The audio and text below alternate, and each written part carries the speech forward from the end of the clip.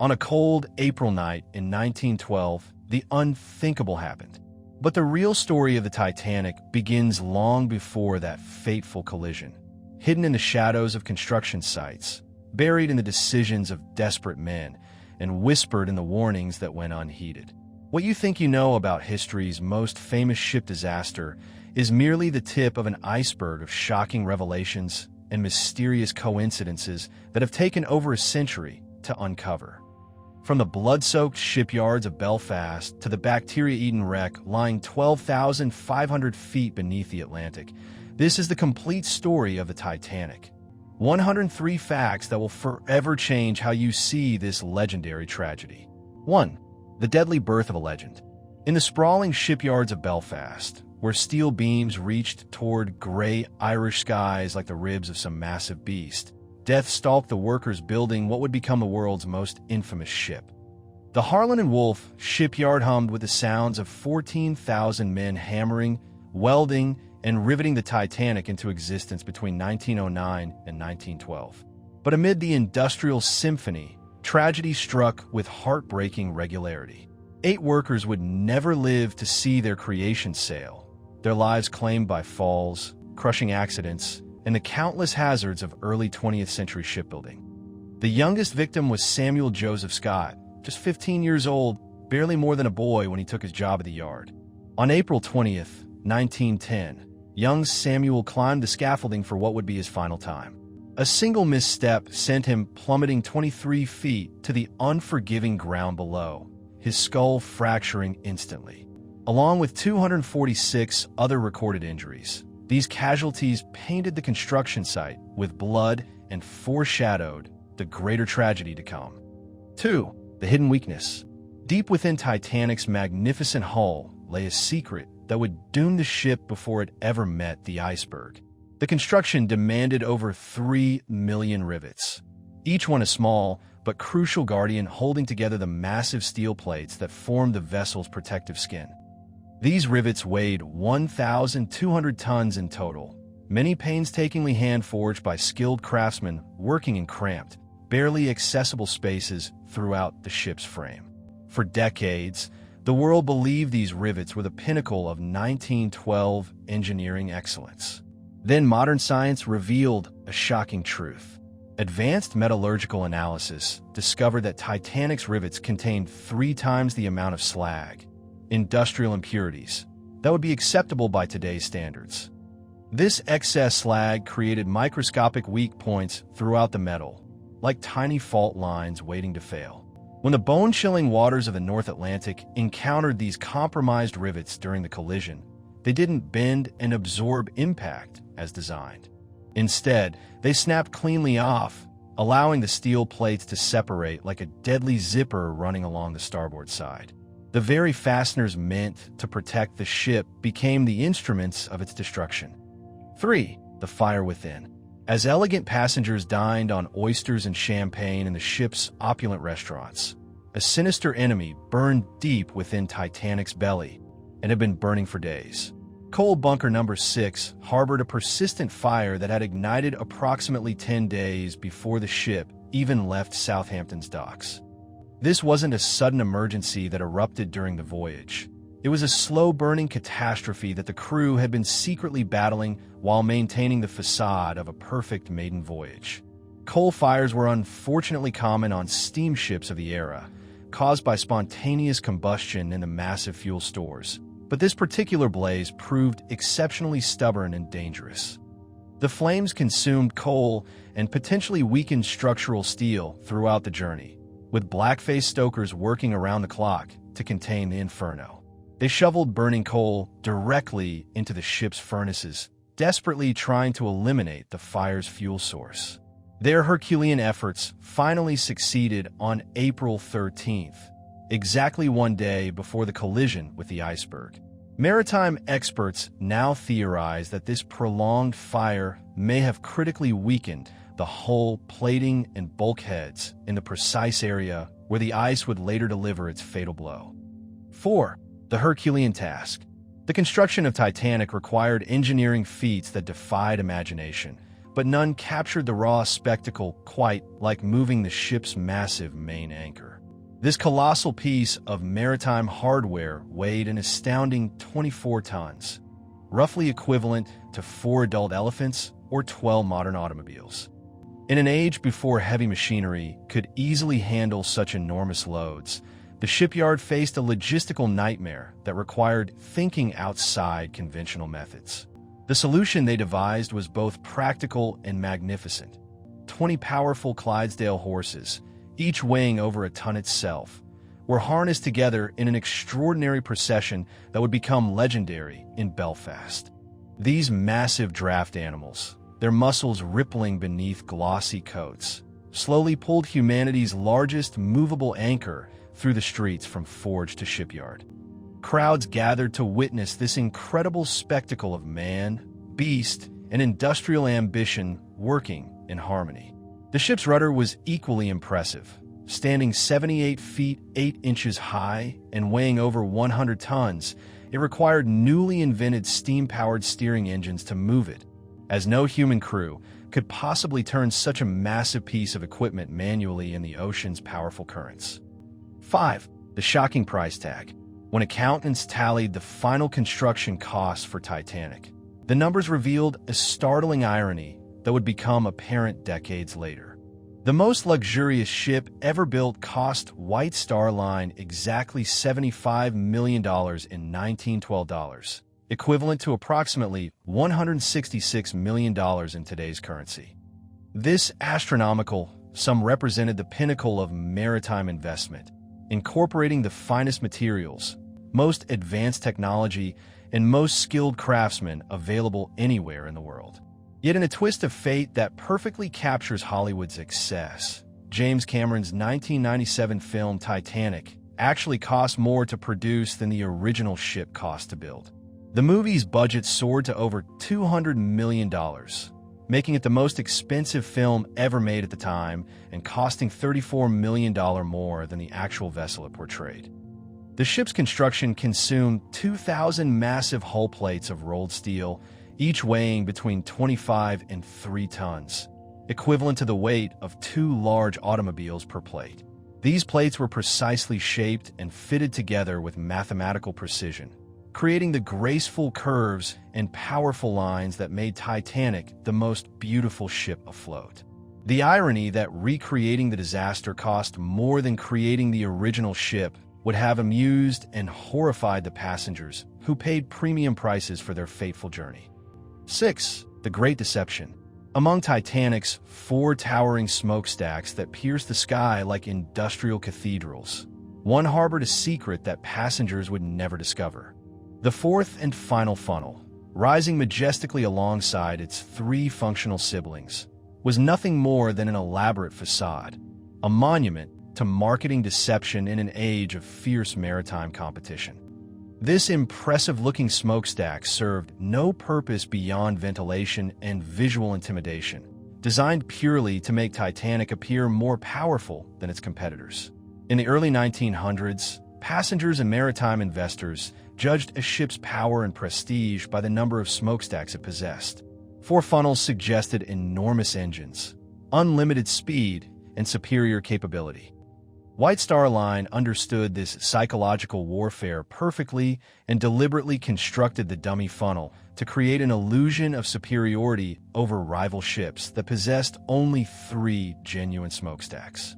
The fake funnel did provide some ventilation for the ship's kitchen and other areas, but its primary function was pure theater. Passengers would spend the entire voyage admiring what they believed was evidence of Titanic's engineering supremacy, never realizing they were looking at one of the most successful deceptions in maritime history. This attention to appearance over substance would tragically characterize many decisions made during the ship's design and construction. 7. Beauty over safety. In the boardrooms of White Star Line, executives faced a choice that would echo through history with deadly consequences. Titanic's designers had created davits, the mechanical arms that held and lowered lifeboats, capable of supporting 64 lifeboats, more than enough to save every soul aboard the ship. But when company officials examined the plans, they made a decision that prioritized aesthetics over human life. They ordered only 20 lifeboats to be installed, fearing that 64 boats would make the ship's elegant boat deck appear cluttered and unattractive to passengers paying premium prices for luxury. This callous calculation meant that even if every lifeboat had been filled to capacity and launched perfectly, only 1,178 people could be saved from a ship carrying over 2,200 souls. The tragic irony was that legal requirements of the time were based on ship tonnage rather than passenger capacity, so Titanic actually exceeded the minimum lifeboat requirements despite being woefully inadequate for the number of people aboard. The beautiful, uncluttered boat deck that company executives desired would soon become a scene of panic and desperation as passengers realized there simply weren't enough boats to save them all. The decision to prioritize appearance over safety would haunt the survivors and maritime law forever. 8. Lost forever. During the chaos of World War II, as German bombers rained destruction upon Belfast in 1941, another piece of Titanic's story vanished in flames. The original construction plans, blueprints, and technical drawings that documented every rivet, beam, and bulkhead of the magnificent ship were stored in the Harland and Wolff offices when the Luftwaffe's incendiary bombs struck the shipyard. These irreplaceable documents, representing thousands of hours of engineering work and containing details that could have answered countless questions about the ship's design, were reduced to ash in a single night of destruction. The loss was catastrophic for future researchers and maritime historians who would spend decades trying to reconstruct exactly how Titanic was built and why it failed so catastrophically. Without these original plans, scientists studying the wreck have had to rely on surviving photographs, witness accounts, and painstaking analysis of the debris field to understand the ship's construction. The bombing robbed humanity of crucial evidence that might have solved some of the lingering mysteries about Titanic's design flaws and structural weaknesses. Modern researchers working with advanced computer modeling and metallurgical analysis can only imagine how much more they could understand about the disaster if those original blueprints had survived the war. The fire that consumed these documents was almost poetic in its irony. Plans for a ship destroyed by water were themselves destroyed by fire. 9. The fatal flaw. The engineers who designed Titanic's unsinkable watertight compartment system made a crucial error that would prove fatal on that April night. The ship's 16 watertight bulkheads, massive steel walls designed to contain flooding, only extended upward to the deck, not to the top of the ship as many people assumed. This seemingly minor design decision created a deadly domino effect that transformed what should have been a survivable collision into an inevitable disaster. When the iceberg punctured the hull and flooded the first 5 compartments, the ship began to settle by the bow and develop a forward list. As water filled each damaged compartment to the level of E-deck, it simply spilled over the top of the bulkheads like water overflowing a series of cups, cascading into the next compartment and then the next.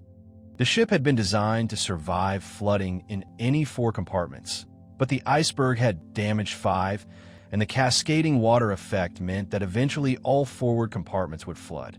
This design flaw turned Titanic into a giant sinking bathtub rather than a series of isolated watertight chambers. If the bulkheads had extended just 2 decks higher to the ship's main deck, the flooding might have been contained and hundreds more lives could have been saved. The unsinkable ship was doomed not by the size of the hole the iceberg created, but by a fundamental misunderstanding of how water behaves when a ship begins to list. 10. The brutal truth. Modern scientific analysis has revealed a shocking truth about Titanic's construction that the ship's builders could never have imagined. Using sophisticated metallurgical testing techniques unavailable in 1912, researchers from the National Institute of Standards and Technology discovered that Titanic steel was fundamentally different from modern shipbuilding materials. The steel plates that formed the ship's hull were 10 times more brittle than contemporary steel when exposed to freezing temperatures, containing dangerously high levels of sulfur and phosphorus that created a phenomenon known as ductile to brittle transition.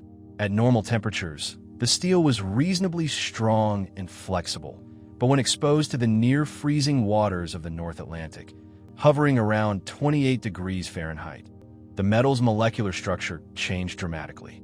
Instead of bending and deforming under stress, the steel became glass-like and prone to catastrophic fracturing. This ductile to brittle transition occurred at temperatures between 25 and 35 degrees Celsius, precisely the conditions Titanic encountered on its fatal night. When the iceberg struck the hull, rather than denting and absorbing the impact energy, the brittle steel simply cracked and shattered like pottery. The builders had unknowingly constructed their unsinkable ship from materials that became deadly fragile in the exact conditions where the vessel would meet its doom. This metallurgical time bomb had been ticking away in every plate and beam of the ship, waiting for the perfect storm of circumstances to reveal its fatal weakness. 11. Revolutionary luxury. Deep within Titanic's lower decks lay a marvel of engineering that represented a revolutionary leap in maritime luxury: the world's first heated swimming pool aboard an ocean liner. This aquatic paradise measured 30 feet long by 14 feet wide and 7 feet deep, filled with heated seawater that maintained a comfortable temperature even in the frigid North Atlantic. The pool area featured 13 elegant, changing cubicles where passengers could prepare for their swimming sessions in privacy and comfort. The heating system was a technological marvel for its time, using the ship's steam engines to warm the seawater to a pleasant temperature that provided a stark contrast to the icy waters surrounding the ship. For first-class passengers willing to pay the additional fee of 1 shilling, equivalent to about 25 cents, this heated oasis offered an escape from the constraints of Edwardian society and a taste of modern luxury that wouldn't become standard on ships for decades. The pool represented more than just a recreational facility. It symbolized humanity's growing mastery over the ocean environment and the belief that technology could provide comfort and safety in even the most hostile conditions. Tragically, this symbol of human ingenuity and luxury would be among the first areas to flood when disaster struck, the heated seawater mixing with the deadly cold Atlantic as the ship began its final descent into the abyss. 12. Power beyond imagination. Titanic's electrical system was nothing short of revolutionary, generating more power than most entire cities possessed in 1912. The ship's electrical plant featured 4 massive 400-kilowatt generators supplemented by 2 30-kilowatt emergency generators, together producing an astounding 16,000 amperes of electrical current. This enormous power output illuminated over 10,000 light bulbs throughout the ship, creating a floating city of light that could be seen from miles away on the dark Atlantic. The electrical system powered everything from the ship's revolutionary elevators and electric lighting to the wireless communication equipment and food refrigeration systems. Passengers marveled at the ability to flip a switch and instantly banish darkness from their staterooms, a luxury that many hadn't experienced even in their own homes. The ship's electrical capacity exceeded that of most power stations serving entire urban areas, making Titanic a technological marvel that showcased humanity's growing mastery over electricity. The generators hummed constantly in the ship's depths, their steady rhythm becoming part of the vessel's heartbeat. When disaster struck, the electrical crew would heroically keep the power running until the very end, ensuring that the ship's lights continued to shine and the wireless distress calls could be transmitted even as the vessel slipped beneath the waves. Their dedication to maintaining power would prove crucial in the rescue efforts and save countless lives in those final desperate hours. 13. The magnificent staircase. At the heart of Titanic's first-class section stood an architectural masterpiece that took passengers' breath away: the Grand Staircase, a soaring monument to Edwardian elegance and craftsmanship. This magnificent structure rose through 7 decks, stretching over 60 feet from bottom to top, with its centerpiece oak stairway measuring 16 feet in width, broader than many modern highway lanes. The staircase was crowned by an exquisite wrought iron and glass dome that filtered natural light down through the entire structure, creating an almost cathedral-like atmosphere. During evening hours, a brilliant chandelier supplemented the natural illumination, casting dancing shadows and warm light across the polished wood and gleaming brass fixtures. The staircase served as both a functional thoroughfare and a stage for the social theater of first-class life, where passengers would dress in their finest attire to see and be seen during their journeys between decks. Every detail was crafted with meticulous attention to luxury, from the carved wood paneling to the ornate bronze cherub clock that adorned the main landing. The grand staircase was wider than the main streets of many small towns, emphasizing the ship's incredible scale and the builder's commitment to creating spaces that rivaled the finest hotels and mansions on land. This architectural marvel would become one of the most iconic and tragic symbols of the disaster, as it would later serve as an escape route for desperate passengers fleeing the rising waters below. 14. Oriental Opulenza. Hidden away in the depths of Titanic's first-class section lay an exotic retreat that transported passengers to another world entirely, the elaborate Turkish baths complex. This sophisticated spa facility included a hot room, cool room, steam room, an electric bath, along with 2 specialized shampooing rooms where passengers could receive professional massages and personal care treatments. The entire complex was decorated in an elaborate Moorish style that would have been at home in the palaces of Istanbul, featuring intricate blue-green tiles that covered the walls and carved teak wood paneling that had been specially imported and crafted by master artisans. The Turkish baths represented the height of luxury and exotic sophistication, offering wealthy passengers an escape from the constraints of Edwardian society and a taste of Eastern opulence. The facility included comfortable lounging areas where passengers could relax between treatments, elaborate cooling systems that provided relief from the heated rooms, and attendants trained in traditional Ottoman spa techniques. For first-class passengers seeking the ultimate in relaxation and luxury, the Turkish bath provided an otherworldly experience that combined physical pleasure with cultural adventure. The complex required its own dedicated staff of attendants and specialists who maintained the intricate systems and provided personalized service to each guest. This exotic retreat demonstrated White Star Line's commitment to providing amenities that went far beyond basic transportation, creating an experience that rivaled the finest spas and resorts anywhere in the world. 15. The hierarchy of hygiene. Nothing illustrated Titanic's rigid class system more starkly than the ship's bathroom facilities, which were distributed according to a hierarchy that reflected the social stratification of Edwardian society. First-class passengers enjoyed the ultimate luxury of marble toilets and wash basins, each one individually crafted from the finest stone and fitted with polished brass fixtures that gleamed like jewelry. The marble was carefully selected for its beauty and durability, creating bathroom facilities that rivaled those found in the most exclusive hotels and private mansions of the era. Second-class passengers, while still enjoying considerable comfort, had porcelain fixtures that were elegant but less ostentatious than their first-class counterparts. These facilities were well-appointed and comfortable, reflecting the middle-class sensibilities of the passengers who occupied these accommodations. Third-class passengers, however, faced dramatically different conditions. Their toilet facilities were constructed from basic iron, functional but stark, emphasizing utility over comfort or beauty. Most shocking of all was the ratio of bathing facilities to passengers in third class. More than 710 passengers shared just 2 bathtubs for the entire section. This meant that many third-class passengers would go the entire voyage without the opportunity for a proper bath, highlighting the dramatic inequalities that existed not just in society, but even in matters of basic hygiene and human dignity aboard the ship of dreams. 16. Vertical marvels. Titanic's 4 elevators represented a technological revolution that brought the convenience of modern urban life to the middle of the ocean.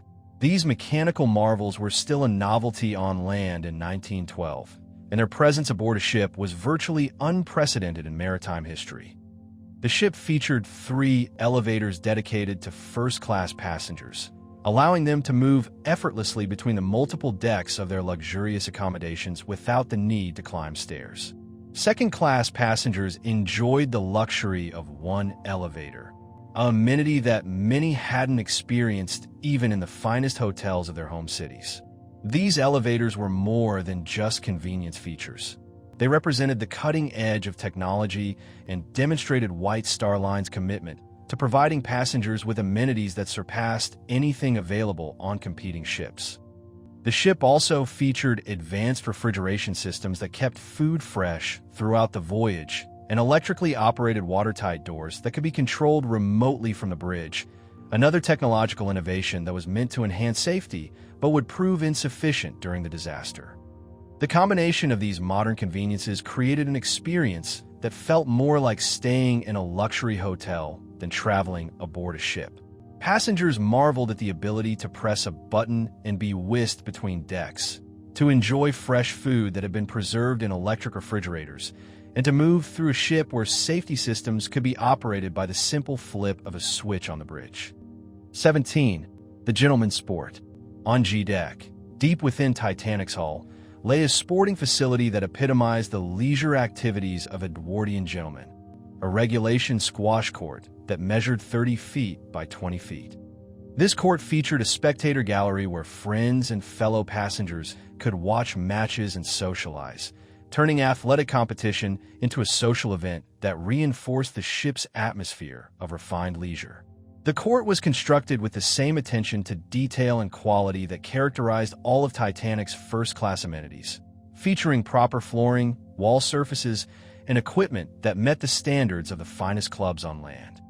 For the cost of 2 shillings, a significant sum that ensured exclusivity, passengers could reserve the court for 30 minutes of play under the guidance of Frederick Wright, the ship's professional instructor. Wright was not merely a teacher, but a custodian of the sport's traditions and techniques, ensuring that passengers received proper instruction in both the physical and social aspects of the game. The squash court represented more than just a recreational facility. It embodied the Edwardian ideal of maintaining physical fitness and competitive spirit even while traveling. The sport's popularity among wealthy gentlemen made it a natural inclusion aboard a ship designed to cater to the elite. The presence of a professional instructor demonstrated White Star Line's commitment to providing not just facilities but expertise, ensuring that passengers could pursue their sporting interests with the same level of quality they enjoyed at their exclusive clubs at home. 18. Mechanical Menagerie. Titanic's gymnasium represented the cutting edge of physical fitness technology, featuring an array of mechanical exercise equipment that would seem both familiar and bizarre to modern fitness enthusiasts. The facility's most unique features were its mechanical horses and camels, elaborate exercise machines designed to simulate the motion of riding these animals while providing a full-body workout. These mechanical marvels allowed passengers to experience the physical benefits of horseback riding without the need for live animals aboard the ship. The gymnasium also featured more conventional equipment, including rowing machines that simulated the motions of crew rowing and cycling equipment that allowed passengers to maintain their fitness routines even while crossing the Atlantic. The facility operated under strict social protocols that reflected Edwardian sensibilities about proper behavior and gender separation. Men and women were assigned different hours for using the gymnasium, ensuring that the physical exertion and informal attire required for exercise wouldn't lead to any improper social mixing. Professional attendants supervised all activities and provided instruction on the proper use of each piece of equipment. The gymnasium's existence aboard Titanic demonstrated the growing awareness of physical fitness among the wealthy classes and their desire to maintain their exercise routines even while traveling. The mechanical horses and camels, in particular, represented the Victorian fascination with machines that could replicate natural experiences, embodying the era's belief that technology could improve upon and replace traditional methods of achieving physical fitness. 19. The Sweet Escape. In a twist of fate that could have changed the course of American confectionery history, Milton S. Hershey, founder of the chocolate empire that bears his name, was originally booked to sail aboard Titanic's maiden voyage. The Pennsylvania chocolatier had planned to join the elite passengers aboard the Ship of Dreams, but the last minute, urgent business matters forced him to cancel his reservation and remain in the United States. This seemingly minor schedule change potentially saved not just Hershey's life, but the entire future of American chocolate manufacturing. Had Hershey perished in the disaster, the company that would go on to become one of America's largest food corporations might never have reached its full potential, depriving generations of the chocolate bars, kisses, and other confections that would become household staples. The irony is even more striking when considering that J.P. Morgan, the powerful financier who actually owned the International Mercantile Marine Company, Titanic's parent organization, also canceled his passage at the last minute. Morgan had reserved a personal suite that featured specially designed cigar holders in the bathroom, reflecting the custom luxury accommodations available to the era's most powerful men. His cancellation meant that the man who owned the ship never sailed aboard it, avoiding the disaster that claimed so many other prominent figures. These last-minute cancellations by such influential figures have fueled conspiracy theories over the decades, though historians generally attribute them to the simple pressures of business rather than any foreknowledge of disaster. 20. The Fortunate 50. The weeks leading up to Titanic's departure saw an unusually high number of passenger cancellations that, in retrospect, seem almost miraculous in their timing. Over 50 authenticated cancellations were documented, each representing a life potentially saved by circumstance, intuition, or simple bad luck turned good. Among the most notable was steel magnate Henry Clay Frick, one of America's wealthiest industrialists, who canceled his passage when his wife sprained her ankle, a minor injury that proved to be a life-saving inconvenience. The Fricks had been looking forward to the prestigious maiden voyage as both a luxury vacation and a social event where they could mingle with other members of the international elite. Rivière. Stuart Holden provides perhaps the most poignant example of a cancellation that took on deeper meaning after the disaster. When he was forced to cancel his trip due to unexpected obligations, Holden kept his unused Titanic ticket and later had it framed alongside Psalm 103 verse 3, which reads, "Who redeemeth thy life from destruction." This religious leader's decision to commemorate his near miss with scripture suggests that he viewed his cancellation as divine intervention rather than mere chance. The high number of cancellations was unusual for such a prestigious voyage and has led some to wonder whether subtle warnings or premonitions influenced more people than history records. Each cancellation represented not just an individual life saved, but families spared from grief and fortunes preserved from the disaster that would claim so many other prominent figures of the era. 21. The Inventor's Choice.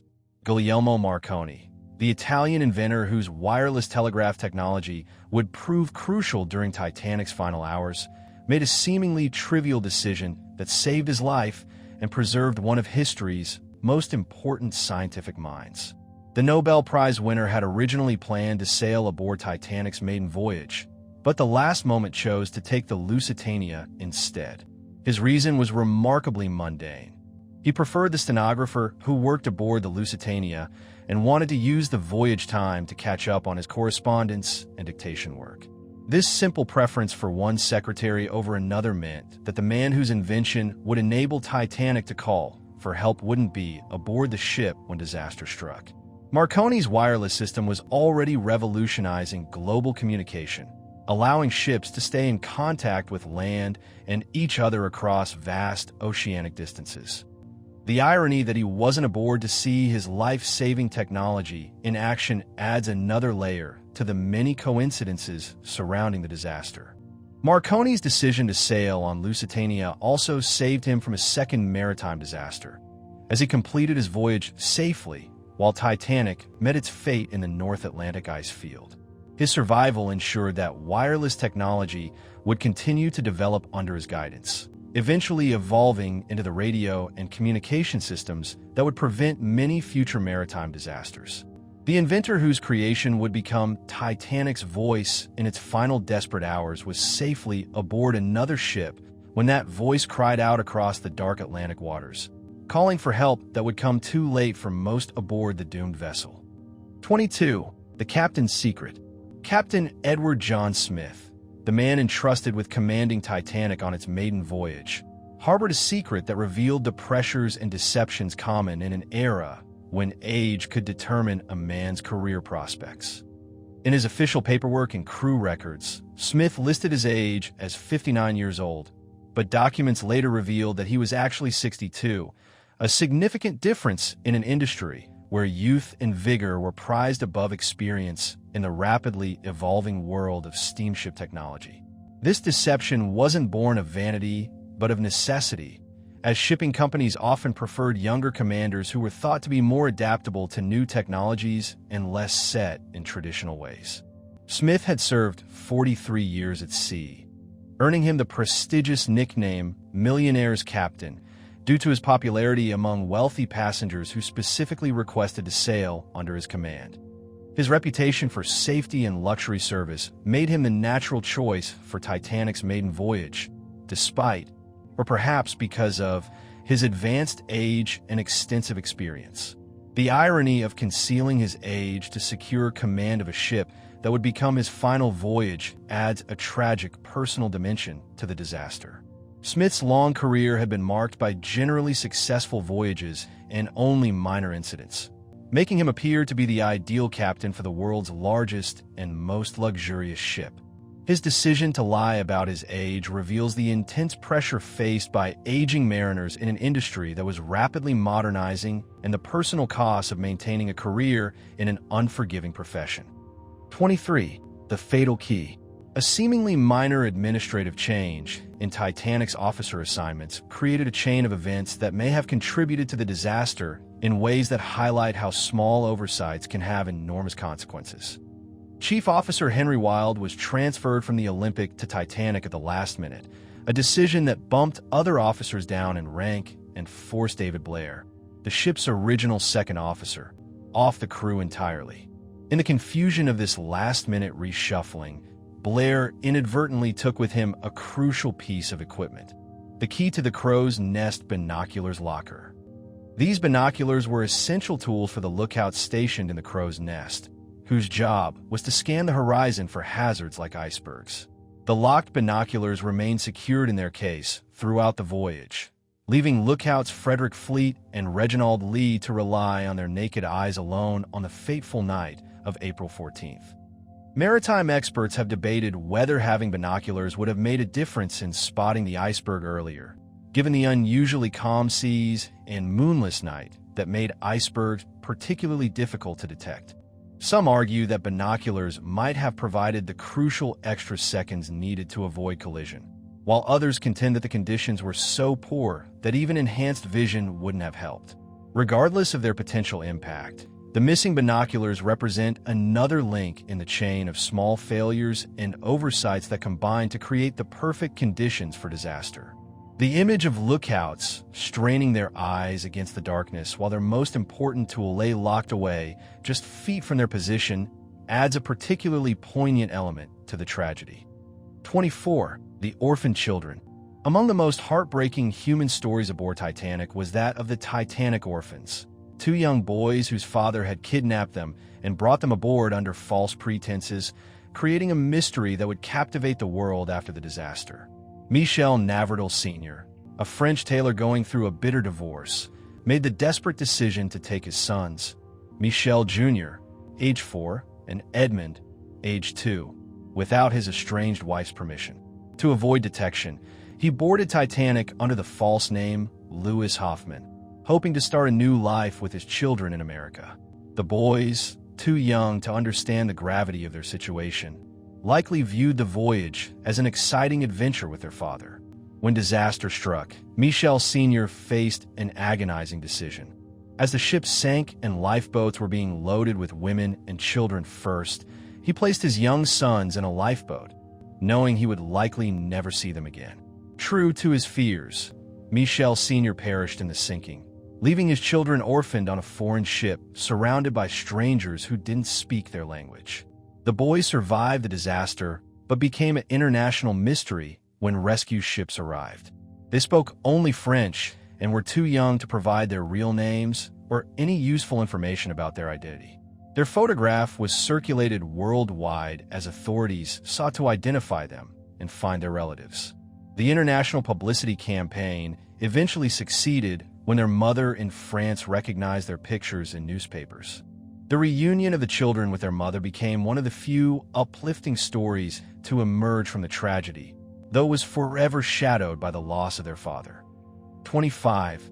The alcohol-fueled survival.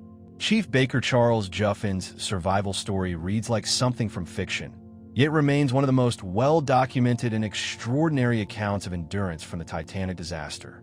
As the ship began its final plunge into the icy Atlantic, Juffin made what seemed like a casual decision that would prove crucial to his survival.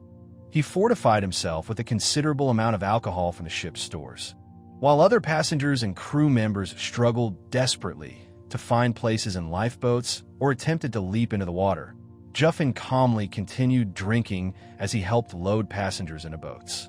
When the time came for his own escape, he chose an almost surreal method.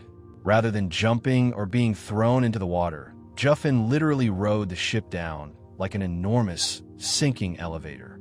As Titanic's stern rose high into the air and the bow disappeared beneath the waves, he stepped off the ship's rail directly into the ocean without even getting his head wet. The alcohol in his system, which would normally be considered a dangerous hindrance in a survival situation, actually worked in his favor by preventing hypothermia and keeping his blood vessels dilated. He survived over 3 hours in the freezing 28-degree water, a feat that should have been impossible given that most victims died within 15 minutes of exposure. His eventual rescue came when he spotted an overturned lifeboat and swam to it, where other survivors pulled him to safety. Juffin's survival remains one of the most medically improbable stories of the disaster, demonstrating how alcohol, luck, and sheer determination combined to save a life when all odds suggested certain death. 26. The cultural shame. The survival of Masabomi Hosono, the only Japanese passenger aboard Titanic, illustrates how different cultures viewed concepts of honor, duty, and survival in the face of disaster. Hosono was a railway official traveling on government business when the ship struck the iceberg. In the chaos that followed, he managed to secure a place in a lifeboat and survived the sinking. However, his survival would prove to be a curse rather than a blessing when he returned to Japan. Japanese society of 1912 was deeply influenced by Bushido, the samurai code of honor, which emphasized duty, sacrifice, and honorable death over personal survival. The cultural expectation was that Hosono should have remained aboard the ship and died, rather than save himself while women and children perished. Upon his return to Japan, Hosono faced intense social ostracism and public condemnation. He was denounced in newspapers as a coward who had violated the principles of honor and duty that were central to Japanese identity. The government dismissed him from his railway position, and he struggled to find employment as his reputation as the Japanese survivor followed him. His family faced social disgrace, and the shame of his survival affected not just Hosono, but his children and descendants.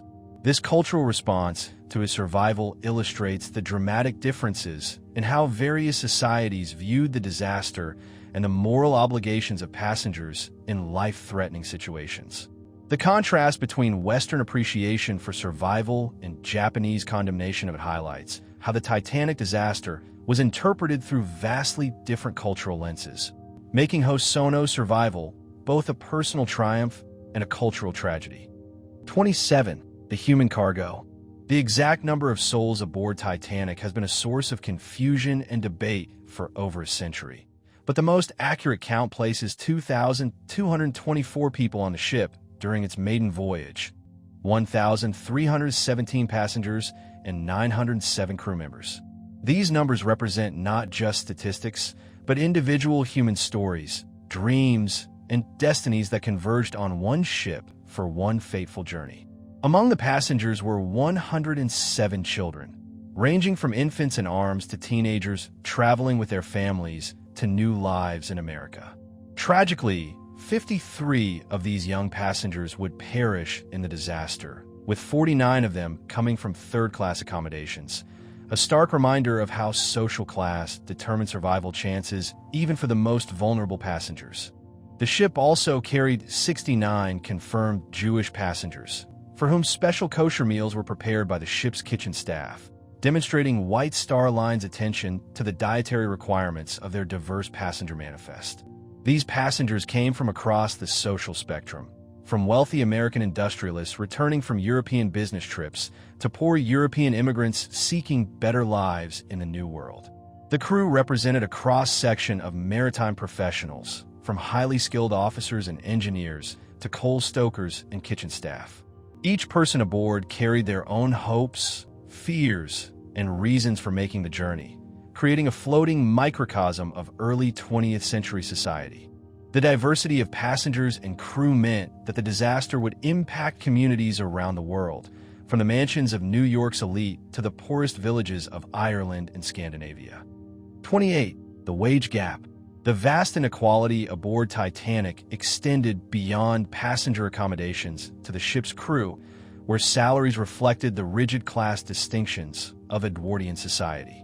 Captain Smith, as the ship's commander and the man bearing ultimate responsibility for the vessel and its passengers, earned £105 per month, a substantial sum that reflected his status as one of the era's most prestigious sea captains.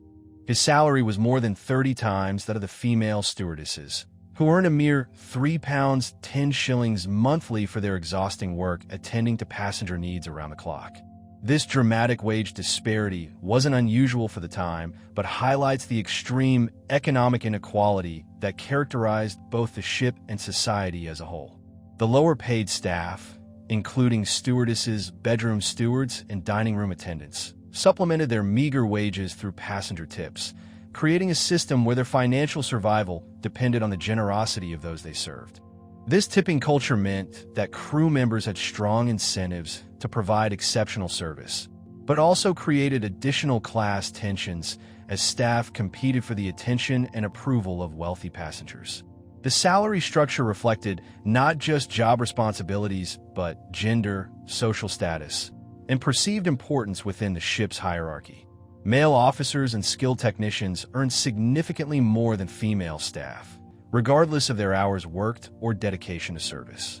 These wage disparities would take on tragic significance during the disaster, as many of the lowest-paid crew members, particularly the female stewardesses, would die while helping passengers evacuate, their final act of service performed for wages that barely provided subsistence living. 29. The near collision. Titanic's maiden voyage nearly ended in disaster before it even properly began, when the ship's massive size and powerful engines created a dangerous situation that served as an ominous preview of the tragedy to come.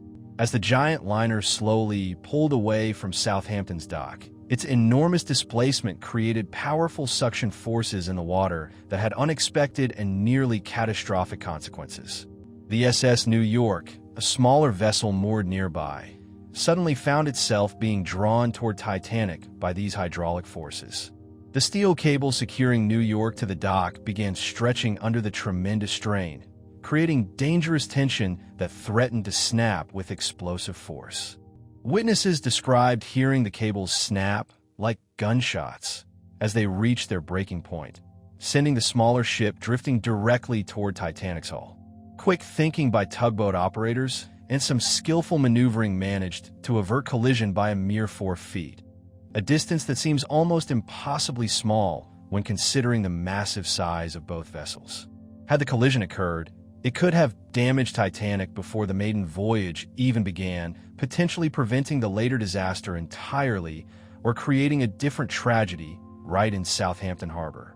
The near miss served as a dramatic demonstration of the new problems created by ships of Titanic's unprecedented size, which created forces and situations that harbors and docking procedures hadn't been designed to handle.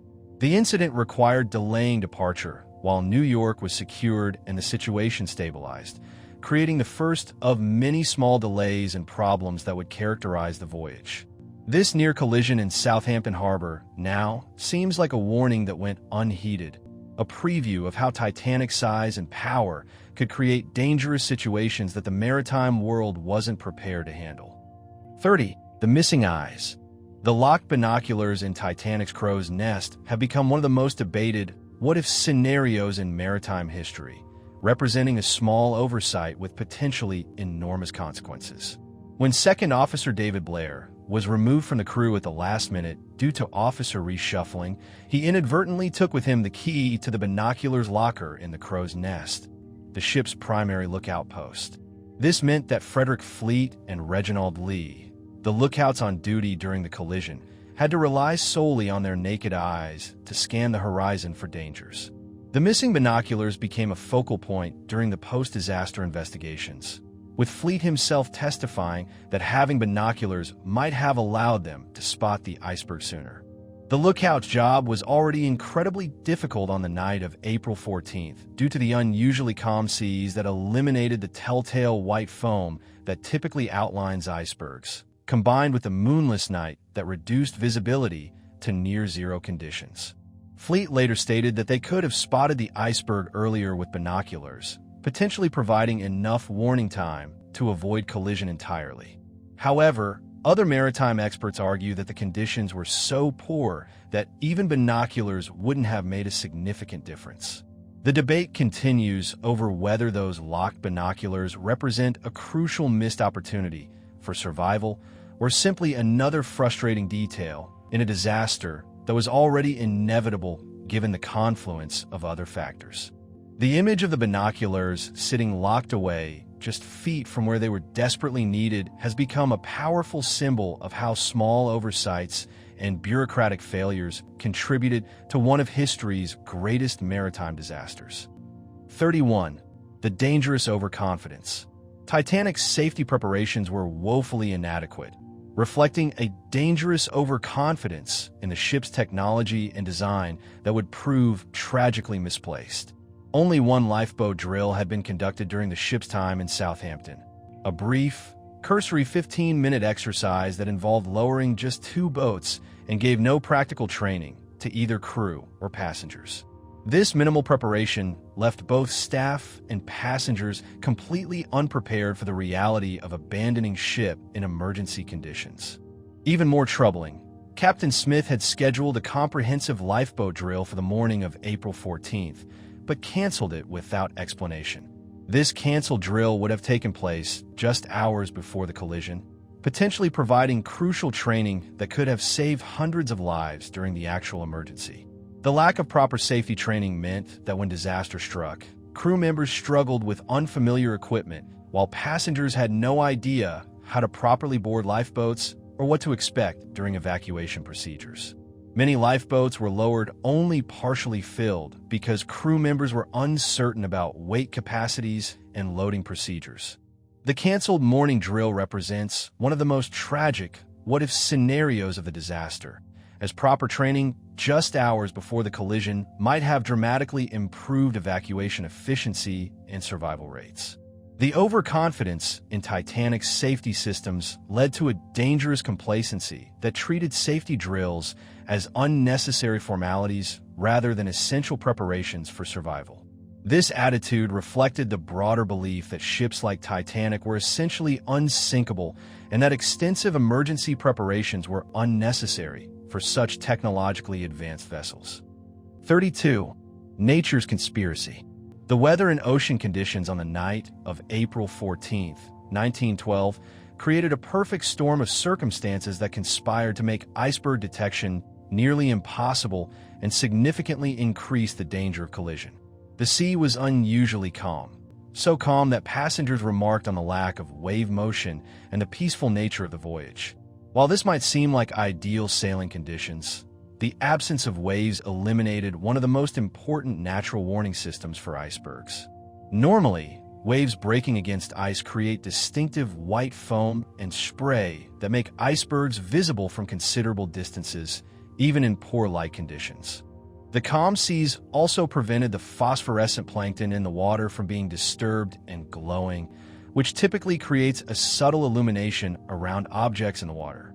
Additionally, there was no moon that night, creating nearly pitch-black conditions that severely limited visibility beyond the ship's artificial lighting.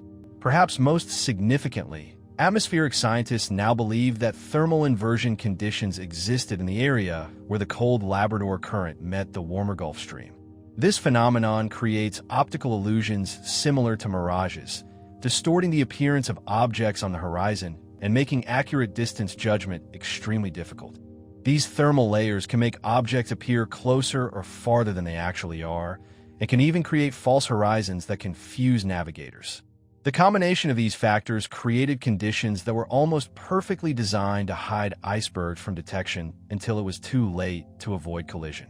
Modern meteorological analysis suggests that these conditions were unusual even for the North Atlantic, making April 14th a particularly dangerous night for navigation in iceberg-prone waters. 33. Cosmic alignment.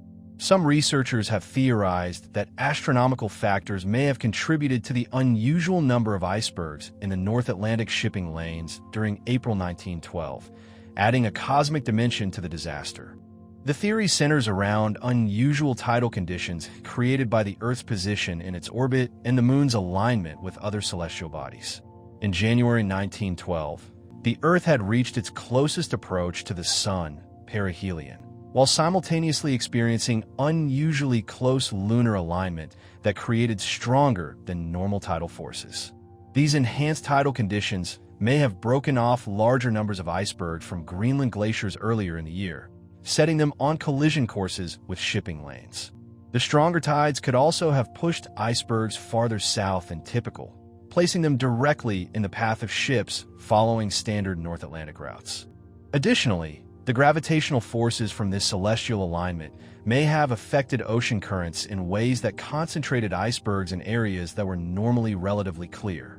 While this astronomical theory remains speculative and difficult to prove definitively, it offers a fascinating possibility that cosmic forces beyond human control or prediction contributed to creating the dangerous ice field that Titanic encountered.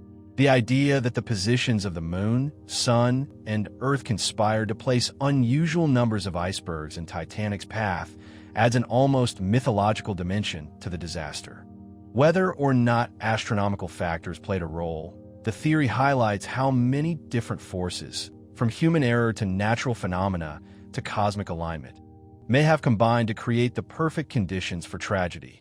This astronomical perspective reminds us that maritime disasters often result from complex interactions between human decisions and forces far beyond human control or understanding. 34. The Final Feast.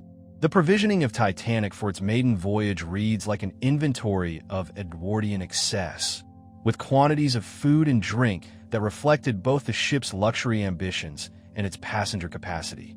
The ship's stores included 15,000 bottles of beer, 1,000 bottles of wine, and 850 bottles of liquor, enough alcohol to stock a small city's worth of taverns and restaurants. The final dinner, served on April 14th, was a masterpiece of culinary excess, featuring 10 elaborate courses that showcased the finest ingredients and most sophisticated cooking techniques available.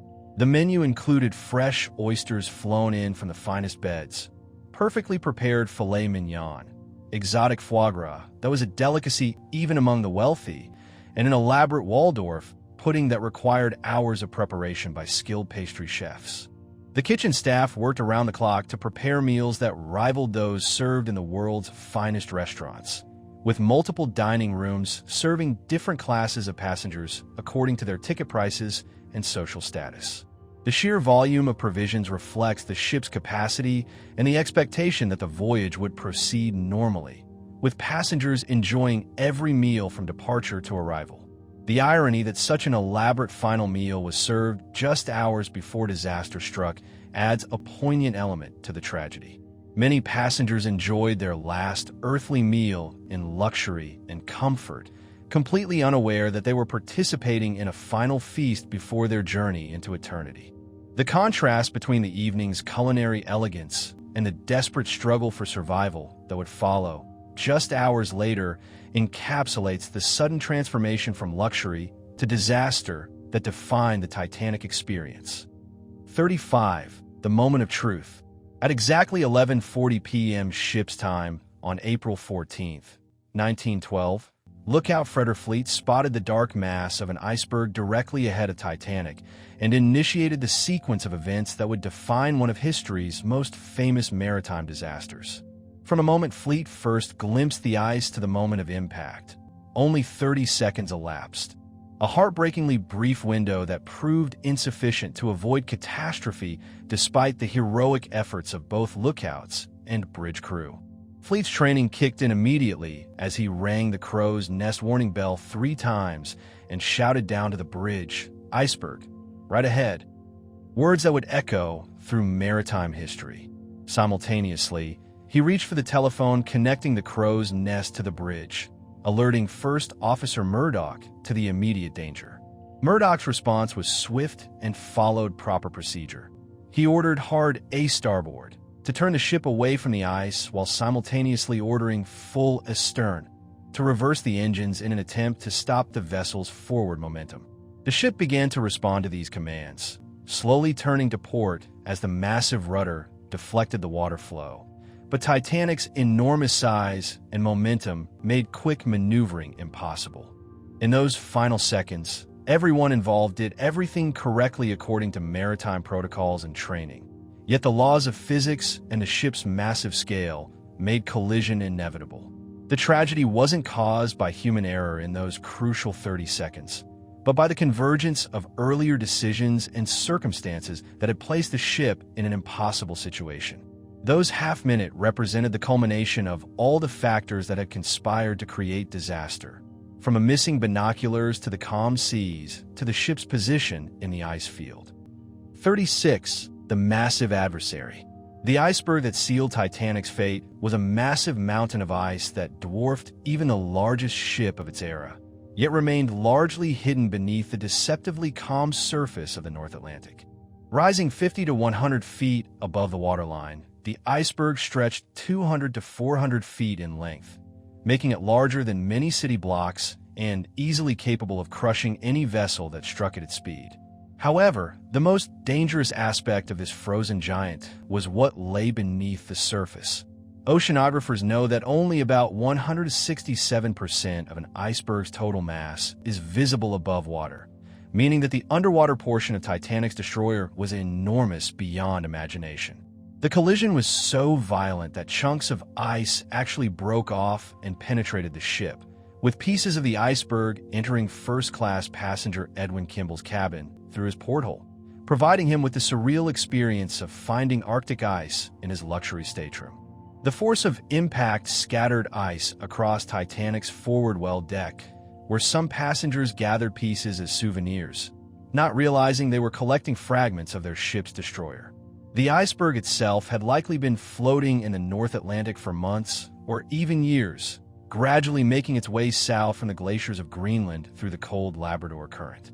By the time it encountered Titanic, this ancient ice had become a perfectly positioned instrument of destruction, its massive underwater bulk positioned exactly where the ship's hull would strike it with maximum force.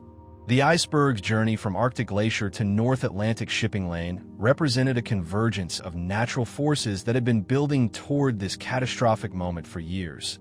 Yet its presence in Titanic's path seemed almost like a deliberate act of natural sabotage. 37. Fatal speed. Titanic was traveling at 205 knots when it struck the iceberg, a speed that was considered standard maritime practice for the time, but would prove fatally excessive given the hazardous conditions. In 1912, maintaining schedule and demonstrating a ship's speed capabilities were considered essential for commercial success and passenger satisfaction. Ships routinely maintained full or near full speed, even when passing through areas known to contain ice, as slowing down was seen as unnecessary caution that could delay arrival and disappoint passengers expecting punctual service. The maritime culture of the era emphasized maintaining schedule over safety precautions, particularly aboard prestigious vessels like Titanic, where passengers expected both luxury and efficiency. Captain Smith and his officers were following established protocols that had been developed over decades of North Atlantic crossings, protocols that had generally served the shipping industry well despite occasional accidents.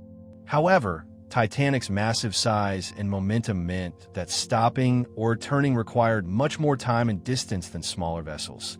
Yet the navigation protocols hadn't been updated to account for these new realities of supersized ships. The 205-knot speed that might have been manageable for smaller vessels became a death sentence, when combined with Titanic's enormous mass and the calm seas that made iceberg detection nearly impossible. Modern maritime safety protocols would never permit such speed in ice-field conditions. But in 1912, the pressure to maintain schedule and the confidence in ship design created a culture where speed was rarely sacrificed for safety. The fatal irony is that slowing down by just a few knots might have provided enough additional time to spot the iceberg and avoid collision entirely.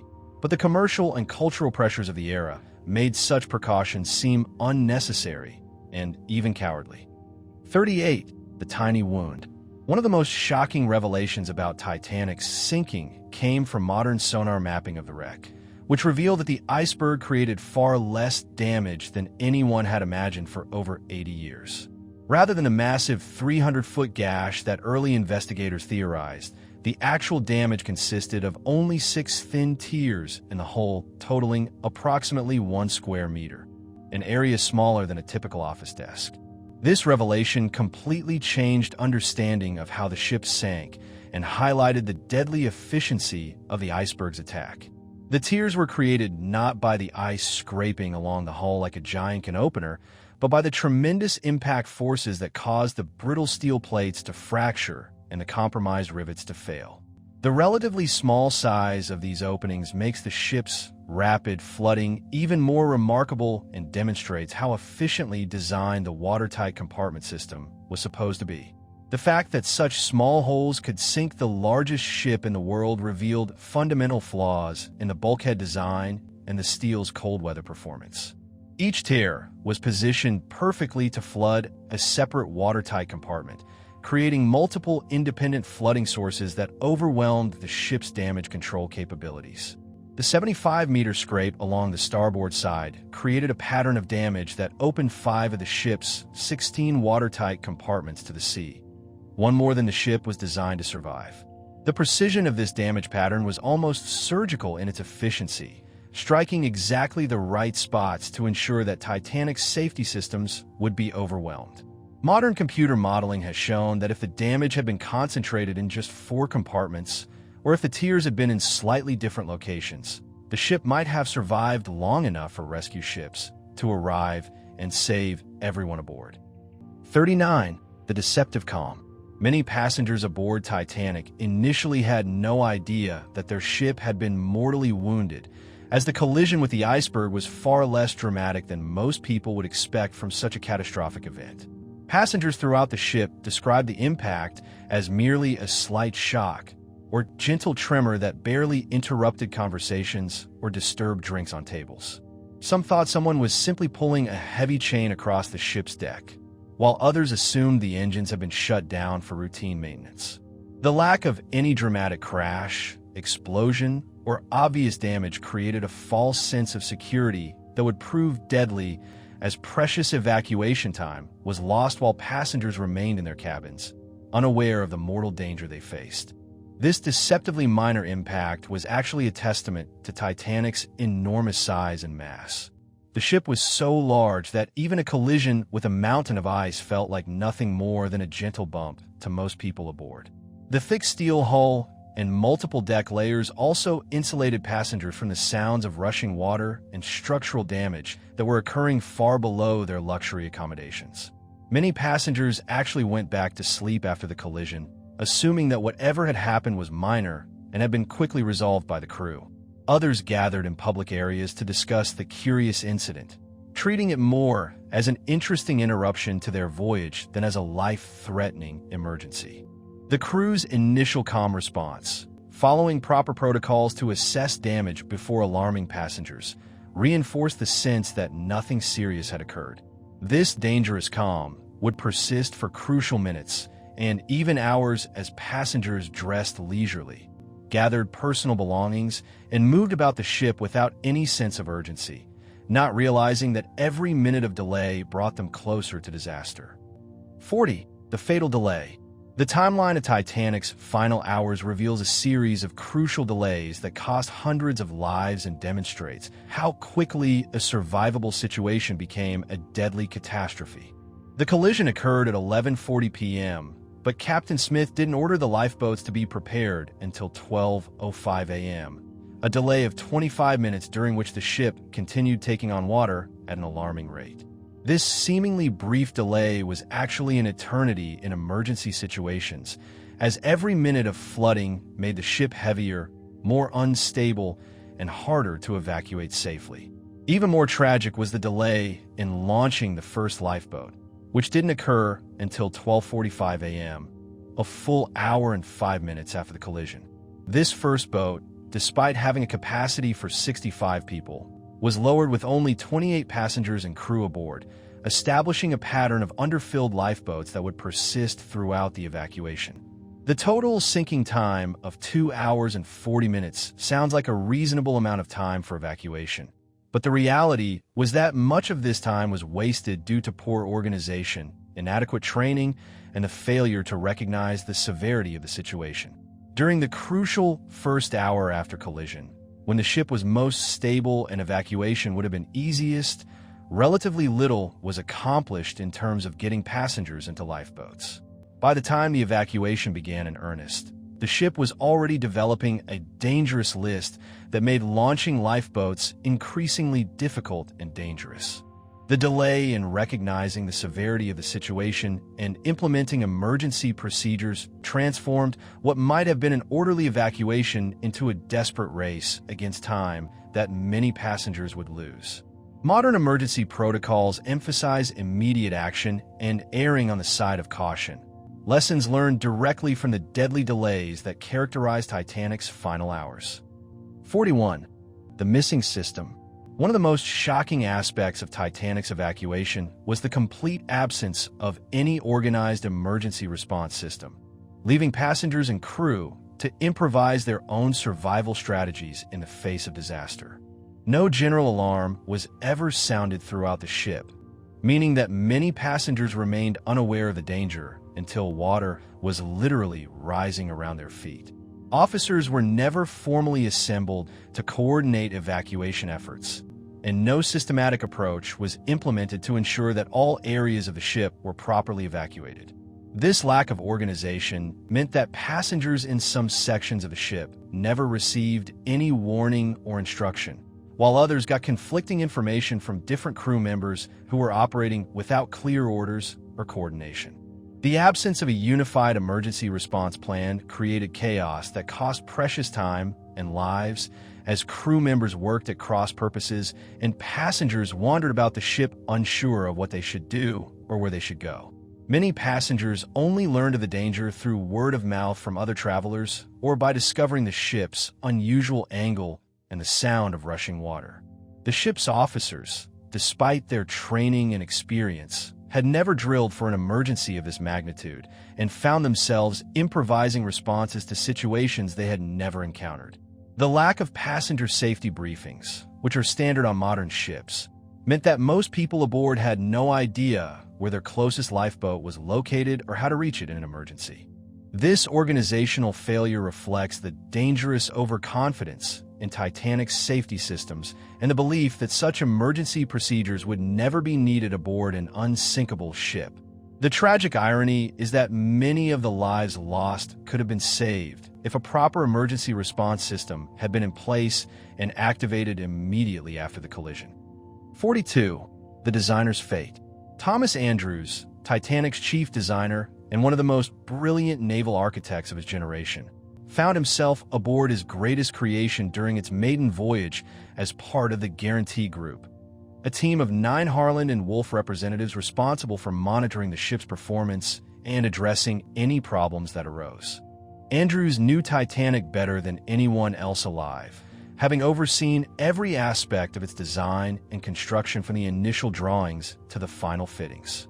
When the collision occurred, his expertise allowed him to immediately assess the damage and calculate the ship's fate with mathematical precision. After personally inspecting the flooding compartments, Andrews delivered the devastating news to Captain Smith. The ship had perhaps 1 to 2 hours before it would slip beneath the waves.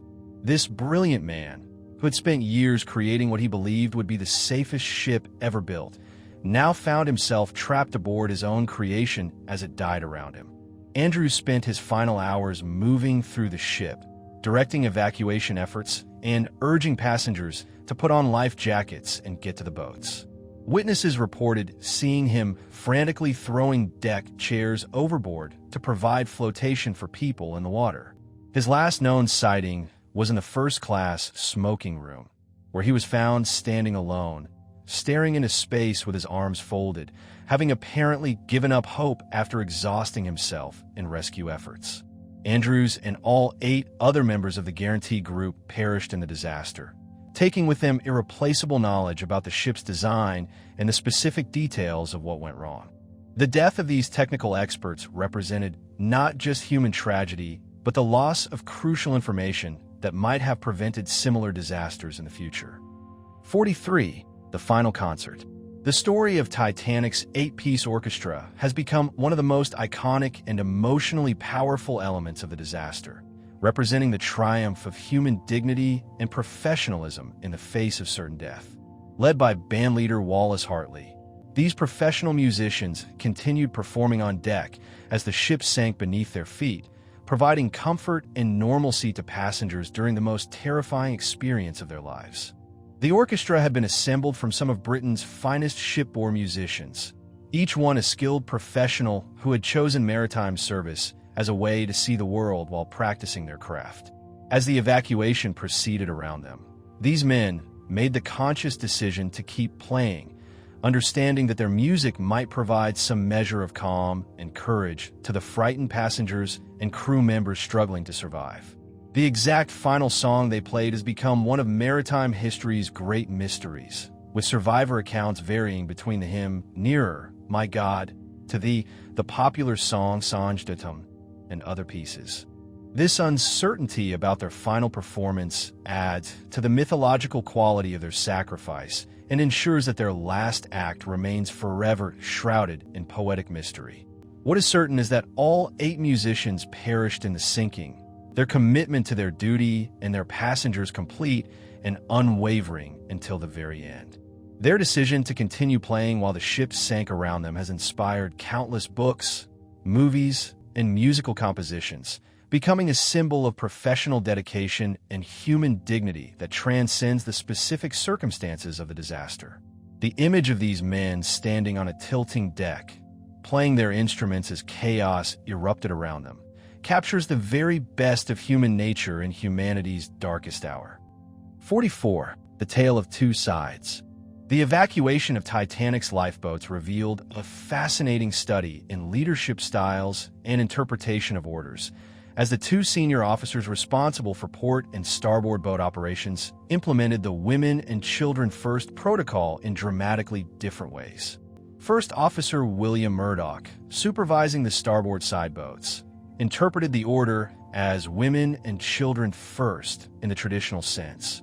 Women and children would be given priority, but if no women or children were present when a boat was ready to launch, men could fill the remaining spaces. This pragmatic approach resulted in more lives saved on the starboard side, as boats were filled closer to capacity.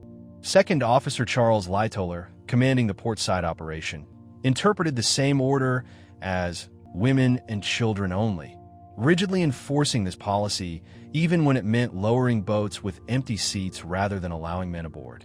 Lightoller's strict interpretation was based on his understanding of maritime tradition and his determination to maintain order during the crisis, but it resulted in numerous boats leaving the ship only partially filled while men stood watching from the deck. This difference in interpretation had life-and-death consequences, as the starboard side boats carried significantly more survivors than those launched from the port side. The contrast between these 2 approaches highlights how individual judgment calls during emergencies can dramatically affect outcomes, and how even well-meaning officers following their understanding of proper procedure can create vastly different results. Neither officer was wrong according to the maritime customs of the time, yet their different interpretations meant that some lifeboats carried their full capacity while others left men behind who could have been saved. This situation illustrates the importance of clear, unambiguous emergency protocols and demonstrates how traditional concepts like women and children first can be interpreted in multiple ways during actual crisis situations. 45. The Millionaire's Boat. Lifeboat number 1 became notorious as the Millionaire's Boat after being launched with only 12 people aboard despite having capacity for 40, creating one of the most controversial and shameful episodes of the entire disaster.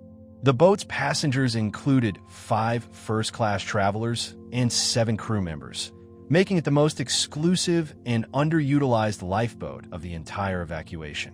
Among the passengers were Sir Cosmo Duff Gordon and his wife Lady Lucille Duff Gordon, prominent members of British high society who would later face intense scrutiny for their actions during and after the disaster. The boat was lowered from the starboard side under First Officer Murdoch's supervision, but the circumstances of its launch remained controversial as there were clearly other passengers who could have filled the empty seats. After reaching the water, the occupants of Lifeboat 1 made a decision that would haunt them for the rest of their lives. They chose not to return to pick up survivors from the water, despite having ample space and the desperate cries of drowning passengers echoing across the calm sea. The boat's crew later testified that they feared being swamped by panicking swimmers, but critics argued that their real concern was protecting the comfort and safety of their wealthy passengers.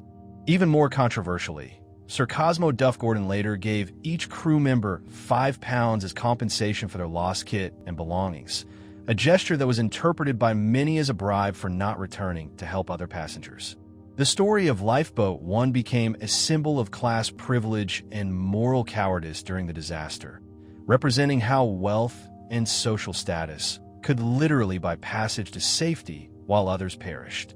The boat's shameful underutilization cost at least 28 lives that could have been saved if it had been filled to capacity, making it one of the most tragic examples of wasted rescue opportunity during the evacuation. 46. The Commercial Priority. The wireless operators aboard Titanic were employees of the Marconi Company rather than White Star Line, arrangement that created dangerous conflicts of interest during the ship's final hours. Jack Phillips and Harold Bride were trained to operate at the impressive speed of 25 words per minute in Morse code, making them among the most skilled wireless operators of their era. However, their primary responsibility was handling commercial passenger traffic, personal messages, business communications, and social correspondence that generated revenue for the Marconi Company. This commercial focus meant that safety communications often took a back seat to profitable passenger messages, a priority system that would prove fatal on the night of April 14th. The operators have been working around the clock to clear a backlog of passenger messages, including trivial communications about poker games, dinner invitations, and social gossip from wealthy passengers who treated the wireless as a novel convenience. This focus on commercial traffic created a dangerous situation where important navigation warnings and safety messages were treated as secondary priorities that could be delayed or ignored if they interfered with paying customer communications. The wireless room operated more like a commercial telegraph office than a maritime safety center, with operators focused on generating revenue rather than monitoring for potential dangers. This commercial emphasis reflected the early stage of wireless technology, when the profit potential of passenger communications was considered more important than the safety applications that would later become standard. The irony is that the same technology that should have made Titanic safer than any previous ship instead became another source of distraction and poor prioritization that contributed to the disaster. The commercial focus of wireless operations represents how new technologies can create unexpected dangers when profit motives override safety considerations. 47. The Fatal Dismissal. One of the most tragic communication failures of the Titanic disaster occurred just minutes before the collision, when wireless operator Jack Phillips made a decision that may have cost over 1,500 lives. At 11 p.m., Cyril Evans, the wireless operator aboard the nearby SS Californian, attempted to warn Phillips about the ice field that surrounded both ships. Evans transmitted the message, say, "Old man, we are stopped and surrounded by ice." But Phillips was busy working through a backlog of passenger messages and was annoyed by the interruption. Phillips brusquely replied, "Shut up. I am busy. I am working Cape Race," referring to his efforts to send passenger messages to the wireless station in Newfoundland. This dismissive response caused Evans to shut down his wireless equipment and go to bed, ending all communication between the ships at exactly 11:35 p.m., just 5 minutes before Titanic struck the iceberg. The tragic irony is that Californian was close enough to provide immediate assistance if communication had been maintained, but Phillips' focus on commercial traffic and his rude dismissal of a crucial safety warning eliminated the possibility of rescue from the nearest ship. Evans had been trying to be helpful by warning other vessels about the dangerous ice conditions his ship had encountered, but Phillips treated the warning as an annoying interruption to his commercial work. This communication failure highlights how the early wireless system's commercial focus created dangerous gaps in maritime safety communications. If Phillips had taken just a few seconds to acknowledge the ice warning and ask for details about California's position, hundreds of lives might have been saved through quicker rescue operations. The phrase, "shut up," became one of the most tragic and regrettable statements in maritime history, representing how a moment of impatience and commercial priority led directly to one of history's greatest disasters. 48. The interrupted message. Jack Phillips' final wireless transmission from Titanic was cut short in a moment that perfectly captured the ship's final descent into chaos and the breakdown of all normal operations. Phillips had been working frantically to send distress calls and coordinate rescue efforts with nearby ships. But as the ship's list increased and water began flooding the lower decks, maintaining communication became increasingly difficult. His last complete message, sent at 2:17 a.m., read, "Come quick. Engine room nearly full." A simple, desperate plea that conveyed the ship's dire condition in just 6 words. Just minutes later, Phillips began transmitting what would be his final message, "CQD MGY. This IS." But the transmission was abruptly interrupted when a stoker burst into the wireless room, seeking life jackets. The incomplete message, forever cut off mid-sentence, has become one of the most poignant symbols of the disaster's sudden and chaotic end. Phillips and his assistant Harold Bride had worked tirelessly throughout the emergency, sending distress calls, coordinating with rescue ships, and providing updates on the ship's condition even as the vessel listed dangerously and water crept ever higher. The interruption by the desperate stoker seeking life jackets represented the moment when the ship's orderly operations finally collapsed in a pure survival instinct, as trained professionals abandoned their posts to save their own lives. Phillips would die in the disaster, but his commitment to maintaining communication until the very last moment helped ensure that rescue ships knew exactly where to find survivors. The incomplete final message serves as a haunting reminder of how quickly order can dissolve into chaos and how individual acts of dedication and duty continue even when all hope seems lost. Those 4 words, CQDMGY, "this is," represent the last coherent communication from one of history's most famous ships as it slipped beneath the waves. 49. The dual distress. Titanic's wireless operators made history by using both the traditional CQD distress signal and the newly adopted SOS signal during their desperate calls for help, marking one of the first major maritime emergencies to employ the international SOS code.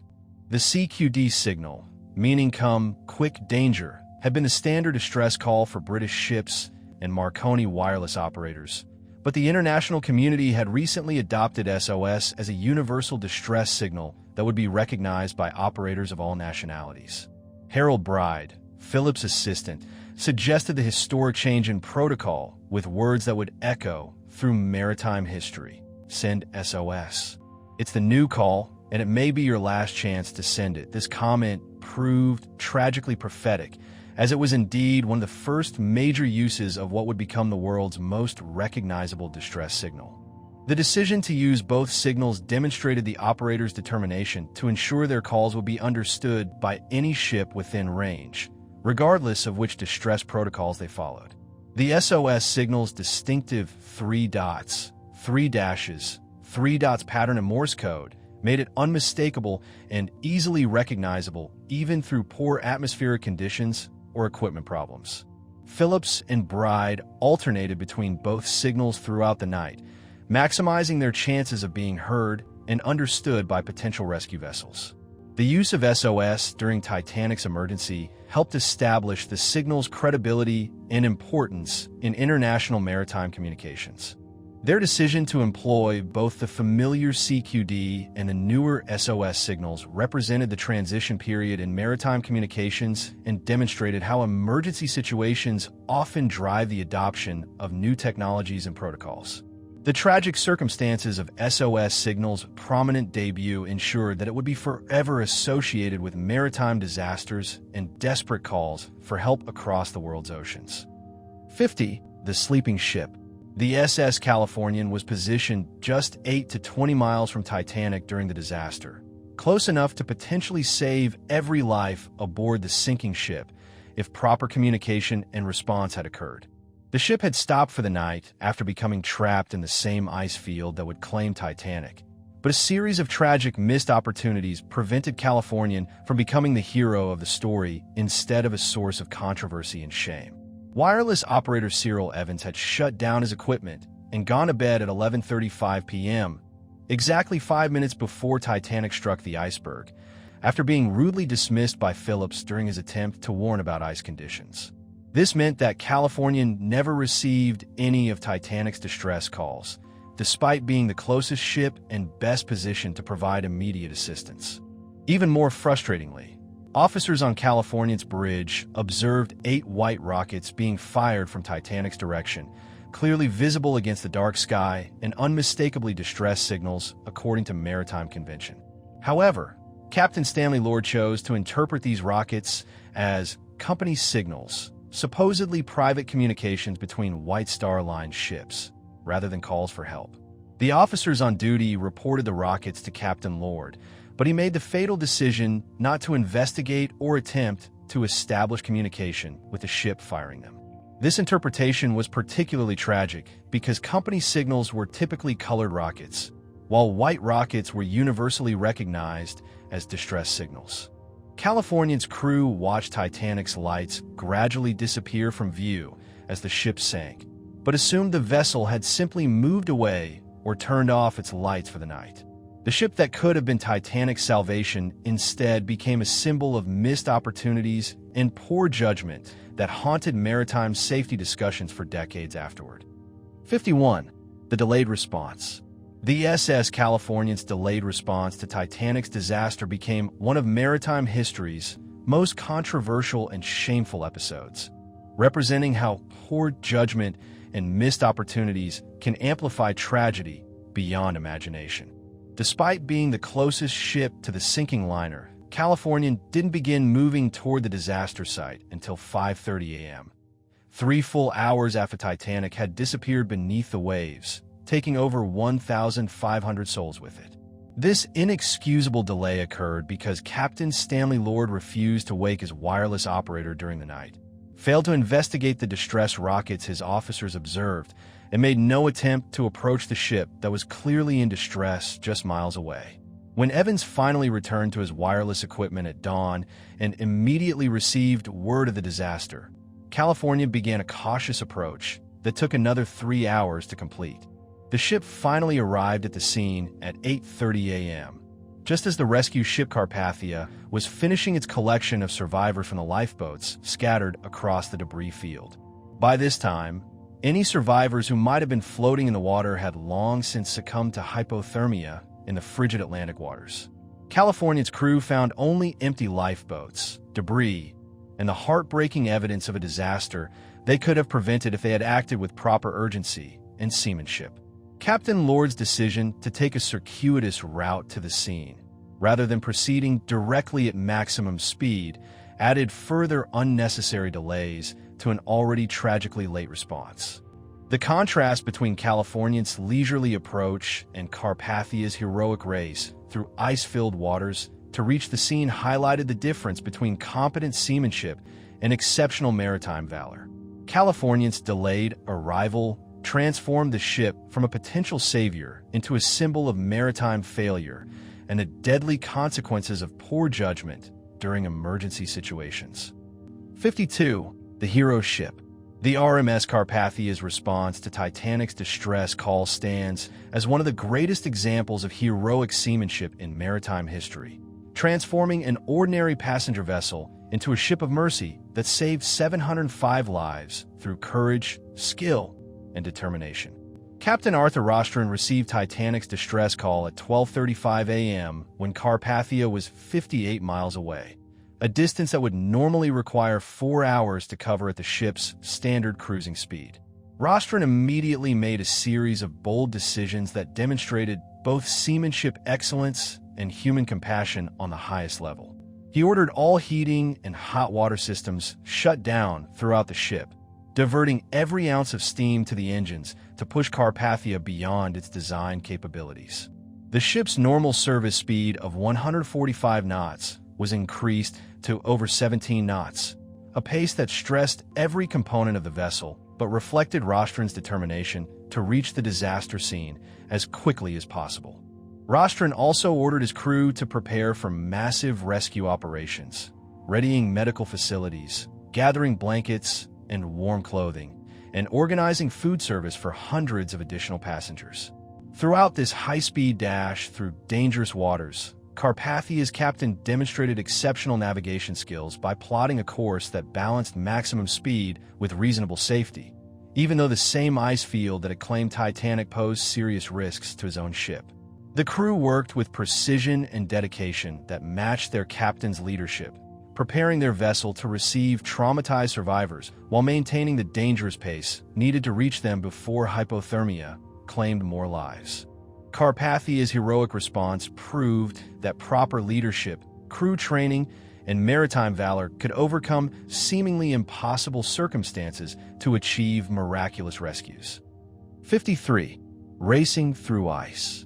Carpathia's high-speed race through the treacherous ice field to reach Titanic survivors was one of the most daring and skillful pieces of seamanship in maritime history, requiring split-second decisions and perfect navigation in conditions that had already claimed one of the world's largest ships. Captain Rostron pushed his vessel to 17+ knots through waters filled with massive icebergs, dodging 6 different ice mountains during the approach and navigating by sight through darkness that had proven fatal to Titanic just hours earlier. The ship arrived at the rescue scene at 4 a.m. to find itself surrounded by a frozen landscape of extraordinary beauty and terror. 25 icebergs towering over 200 feet high, each one large enough to crush Carpathia just as easily as they had destroyed Titanic. Dozens of smaller icebergs, ranging from 50 to 150 feet in height, dotted the area like a frozen obstacle course that required constant vigilance and expert navigation to avoid collision. The dawn light revealed the full extent of the ice field's dangers, showing Rostron and his crew just how skillfully they had navigated through the darkness to reach the survivors. The same conditions that had made iceberg detection impossible for Titanic's lookouts were overcome by Carpathia through a combination of reduced speed at crucial moments, extra lookouts posted throughout the ship, and navigation techniques that balanced urgency with safety. Rostron's decision to risk his ship and passengers in these dangerous conditions represented the finest traditions of maritime rescue, where seafarers risk everything to save fellow mariners in distress. The successful navigation through this ice field demonstrated that the disaster wasn't inevitable if proper precautions, skilled seamanship, and appropriate respect for the ocean's dangers were maintained. Carpathia's crew proved that even the most dangerous conditions, skilled mariners could operate safely if they combined courage with proper caution and expertise. 54. The class divide. The survival statistics from Titanic reveal one of the most shocking indictments of social inequality in history, with passenger class determining life and death chances more decisively than age, health, or any other factor. First-class passengers enjoyed a 622% survival rate, while second-class passengers had a 414% chance of living, and third-class passengers faced the grim reality of only a 252% survival rate, meaning that 3 out of 4 steerage passengers perished in the disaster. Even more devastating were the survival rates among women, which should have been equal under the Women and Children First protocol, but revealed stark class discrimination in practice. An astounding 97% of first-class women survived the disaster, demonstrating that wealth could indeed buy passage to safety when lifeboats were being loaded. Second-class women fared well with an 86% survival rate, but third-class women faced the shocking reality that only 49% would live, meaning that steerage women were actually more likely to die than to survive, despite the supposed priority given to all women during evacuation. These statistics reveal that the Women and Children First principle was applied very differently depending on which deck passengers occupied and how much they had paid for their tickets. The class-based survival rates weren't just about access to lifeboats, but reflected the entire ship's design and evacuation procedures, which prioritized first-class passengers through better deck access, closer proximity to boat stations, and crew attention focused on the upper decks. Third-class passengers faced locked gates, confusing passages, and crew members who were unfamiliar with the steerage sections of a ship, creating deadly delays during evacuation. The survival statistics stand as permanent evidence that social class was literally a matter of life and death aboard Titanic, transforming what should have been a rescue operation based on humanitarian principles into a sorting process that saved the wealthy while sacrificing the poor. 55. The male hierarchy. The survival rates among men aboard Titanic revealed an even more stark class divide than that seen among women and children, demonstrating how social status determined life and death chances with mathematical precision. First-class men were 4 times more likely to survive than third-class men, a statistic that highlights how wealth provided access to safety even when male passengers were supposedly given the lowest priority during evacuation. This dramatic difference wasn't just about money. It reflected the ship's entire social system, which gave wealthy passengers better information, easier access to boat decks, and more attention from crew members during the emergency. The survival disparity extended to children as well, creating one of the most heartbreaking aspects of the disaster's inequality. And remarkable 100% of first and second-class children survived the sinking, proving that when resources and attention were available, even the youngest passengers could be saved successfully. However, only 34% of third-class children lived through the disaster, meaning that 2 out of every 3 steerage children perished despite being given theoretical priority under maritime law and tradition. These statistics reveal how the ship's class-segregated design created deadly obstacles for third-class passengers trying to reach safety. Steerage passengers faced locked gates that separated them from upper decks, confusing passageways that led nowhere during emergencies, and crew members who were unfamiliar with the lower sections of the ship where poor passengers were housed. The numerical precision of these survival rates, with each class showing dramatically different outcomes, proves that the disaster wasn't random, but followed the ship's social hierarchy with deadly accuracy. The fact that social class could predict survival chances more accurately than age or physical condition stands as one of history's most damning indictments of how inequality can turn natural disasters into human-made tragedies that selectively punish the poor while protecting the wealthy. 56. The water's deadly embrace. The frigid North Atlantic waters surrounding Titanic proved to be as deadly as the sinking ship itself, claiming the lives of hundreds who survived the ship's destruction only to perish within minutes of entering the ocean. Only 9 people were successfully pulled from the water alive after Titanic disappeared beneath the waves, a shockingly small number considering that hundreds of passengers and crew entered the sea during the ship's final minutes. The water temperature of 28 degrees Fahrenheit created conditions that killed most victims within 15 minutes through hypothermia rather than drowning, as their body core temperatures dropped below the level needed to maintain vital organ function. This rapid onset of fatal hypothermia meant that even strong swimmers wearing life jackets had virtually no chance of survival unless they were rescued almost immediately after entering the water. The deadly efficiency of hypothermia in such cold water explains why so few people were found alive among the hundreds floating in the debris field when rescue ships arrived hours later. Most victims appeared peaceful and showed no signs of struggle, having lost consciousness quickly as their body temperatures plummeted in the frigid sea. The small number of survivors pulled from the water were rescued within the first few minutes after the ship sank, before hypothermia could claim their lives. Their survival depended on being spotted quickly by lifeboats and having crew members willing to risk their own safety to pull them aboard in dangerous conditions. The contrast between the hundreds who entered the water and the 9 who survived illustrates the ocean's unforgiving nature and the narrow window of opportunity that existed for water rescues. These statistics highlight why the shortage of lifeboats was so catastrophic. For most passengers, entering the water meant certain death regardless of their swimming ability or physical condition. 57. The final survivor. Second Officer Charles Lightoller's survival story represents one of the most remarkable tales of endurance and leadership from the Titanic disaster, as he literally rowed the ship down and then kept dozens of men alive through sheer force of will and seamanship expertise.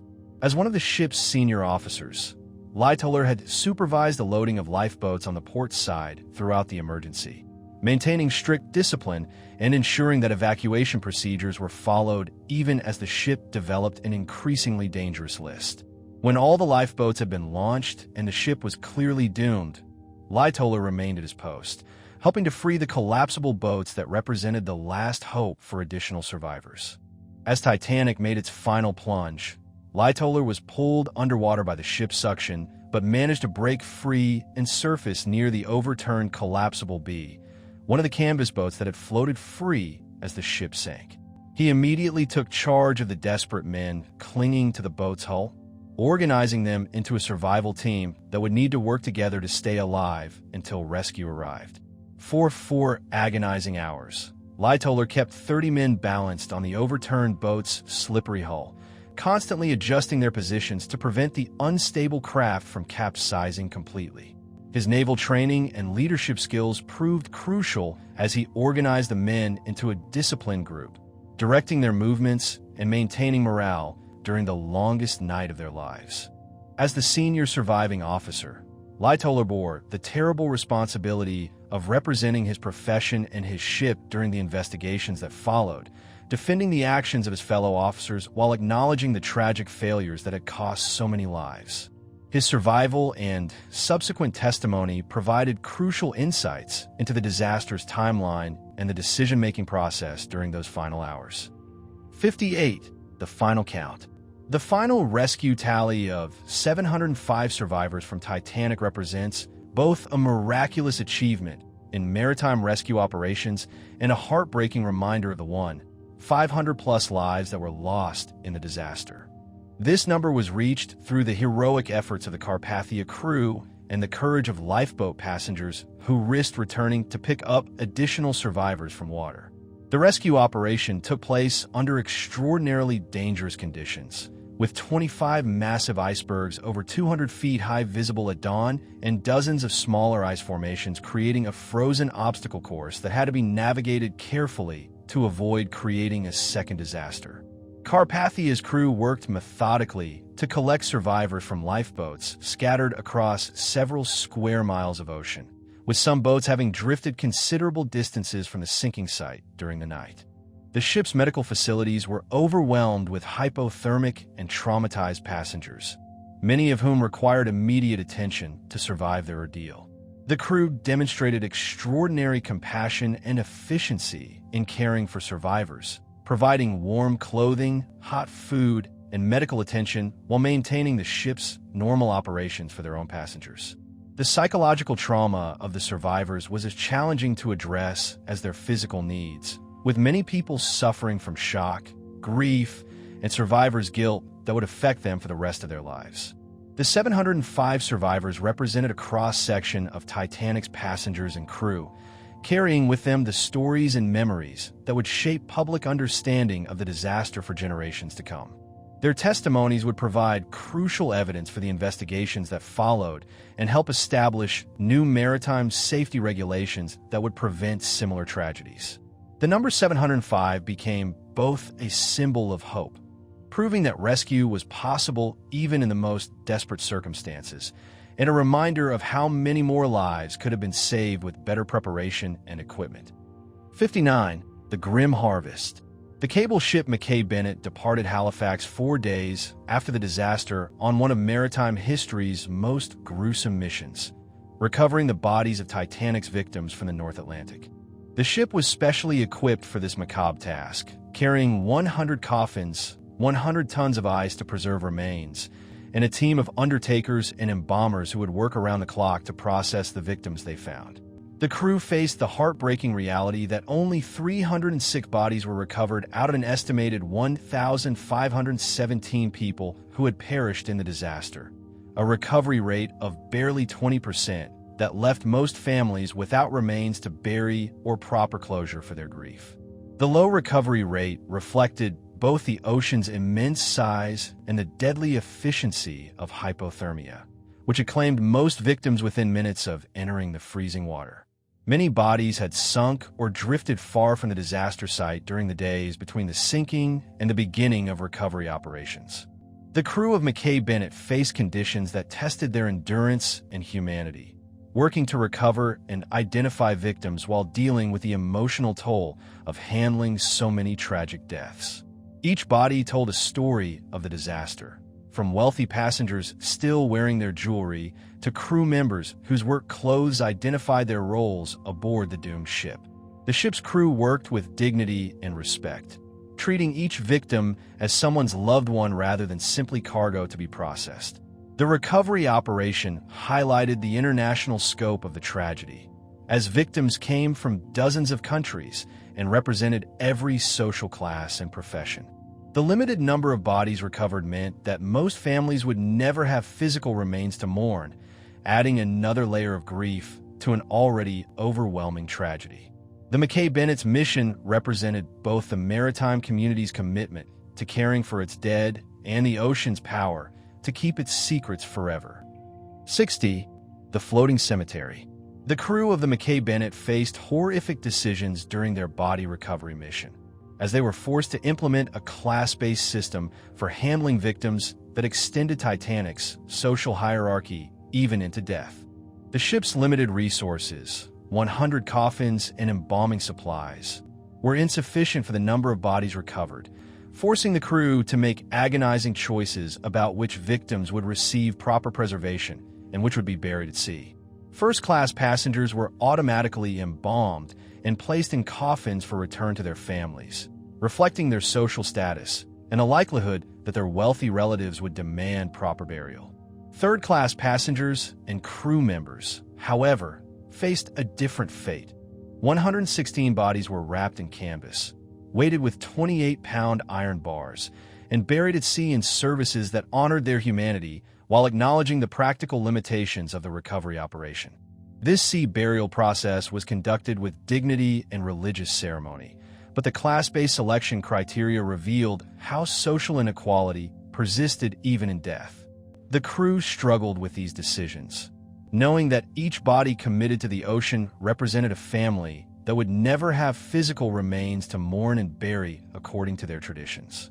The iron weights ensured that the bodies would sink quickly and remain on the ocean floor, but this practical necessity created lasting trauma for crew members who had to attach weights to human beings and watch them disappear into the depths.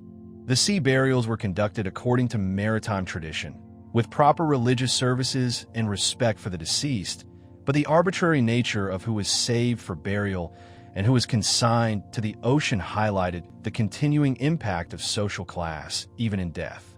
These decisions haunted the crew members for years afterward, as they had been forced to play God in determining which families would have graves to visit and which would have only the ocean as a memorial for their loved ones.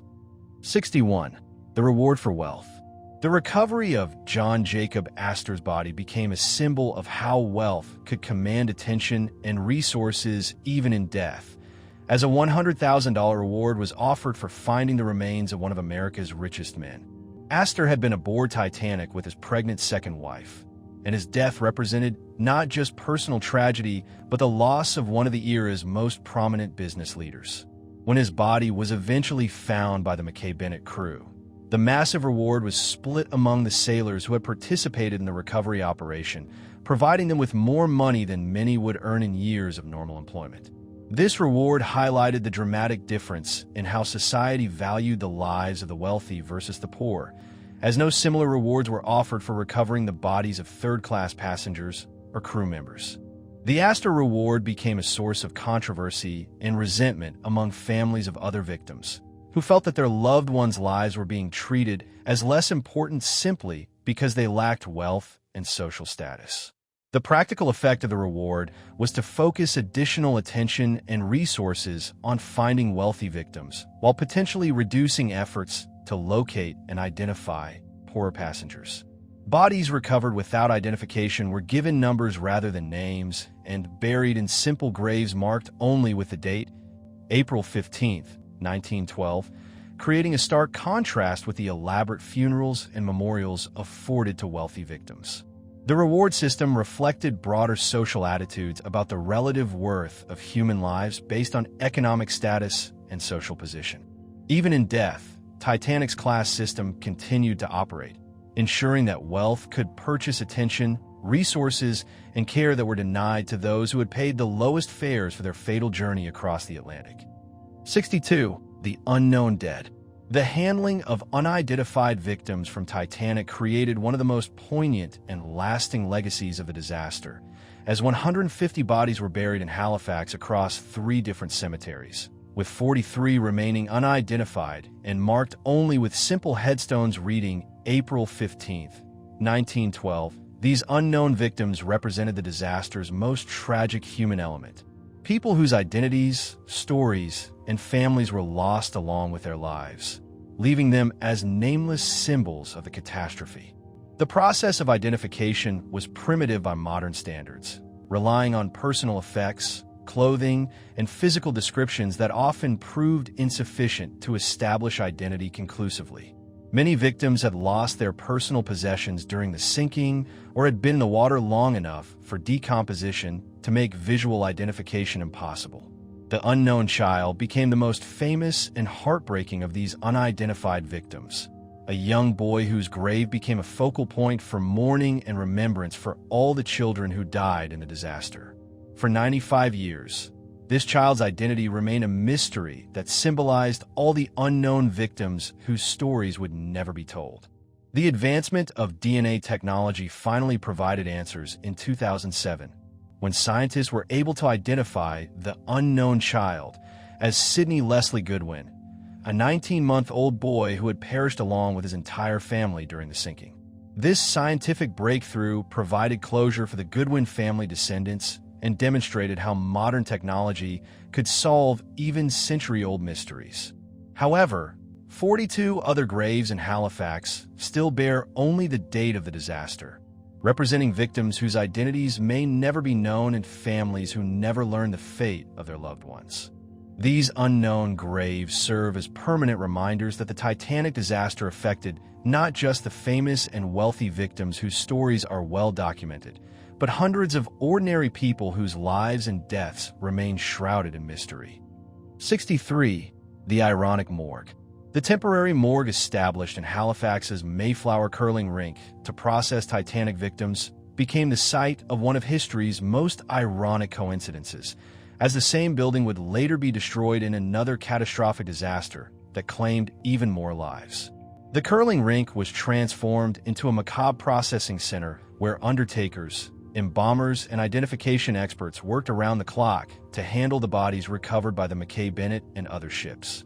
The building's large, open interior provided the space needed to lay out dozens of victims for identification and preparation, while its location in Halifax made it accessible to families traveling to claim their loved ones. The makeshift morgue operated for weeks as bodies continued to arrive and identification efforts proceeded slowly through the examination of personal effects, dental records, and physical descriptions provided by relatives. Workers in the morgue faced emotionally devastating conditions as they processed the remains of disaster victims, while maintaining the dignity and respect that each person deserved.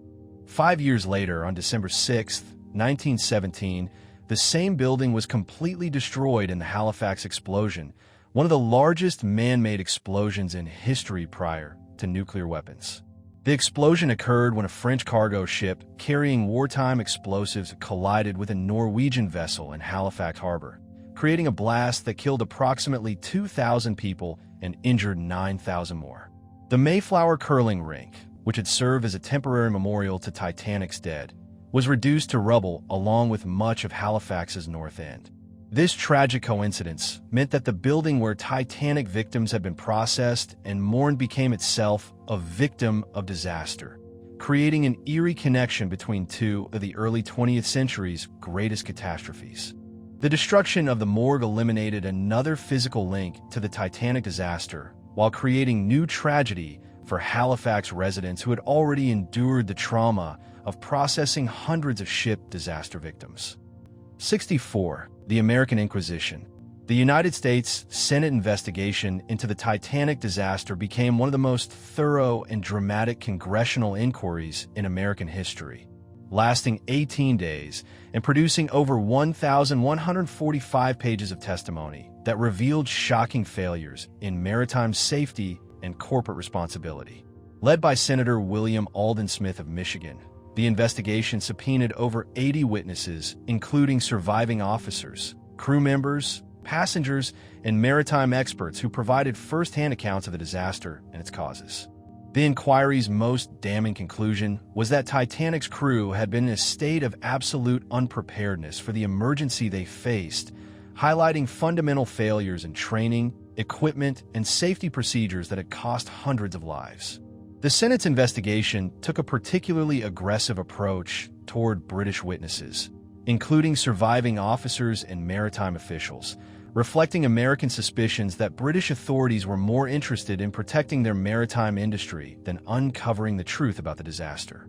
Senator Smith's questioning style was often confrontational and revealed his determination to hold both White Star Line and British maritime authorities accountable for the tragedy, regardless of diplomatic sensitivities or international maritime traditions.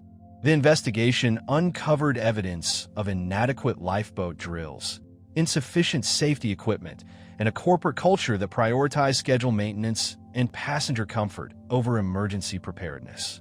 The Senate's findings helped drive changes in American maritime law and establish the principle that foreign vessels operating in American waters must meet American safety standards regardless of their flag of registry.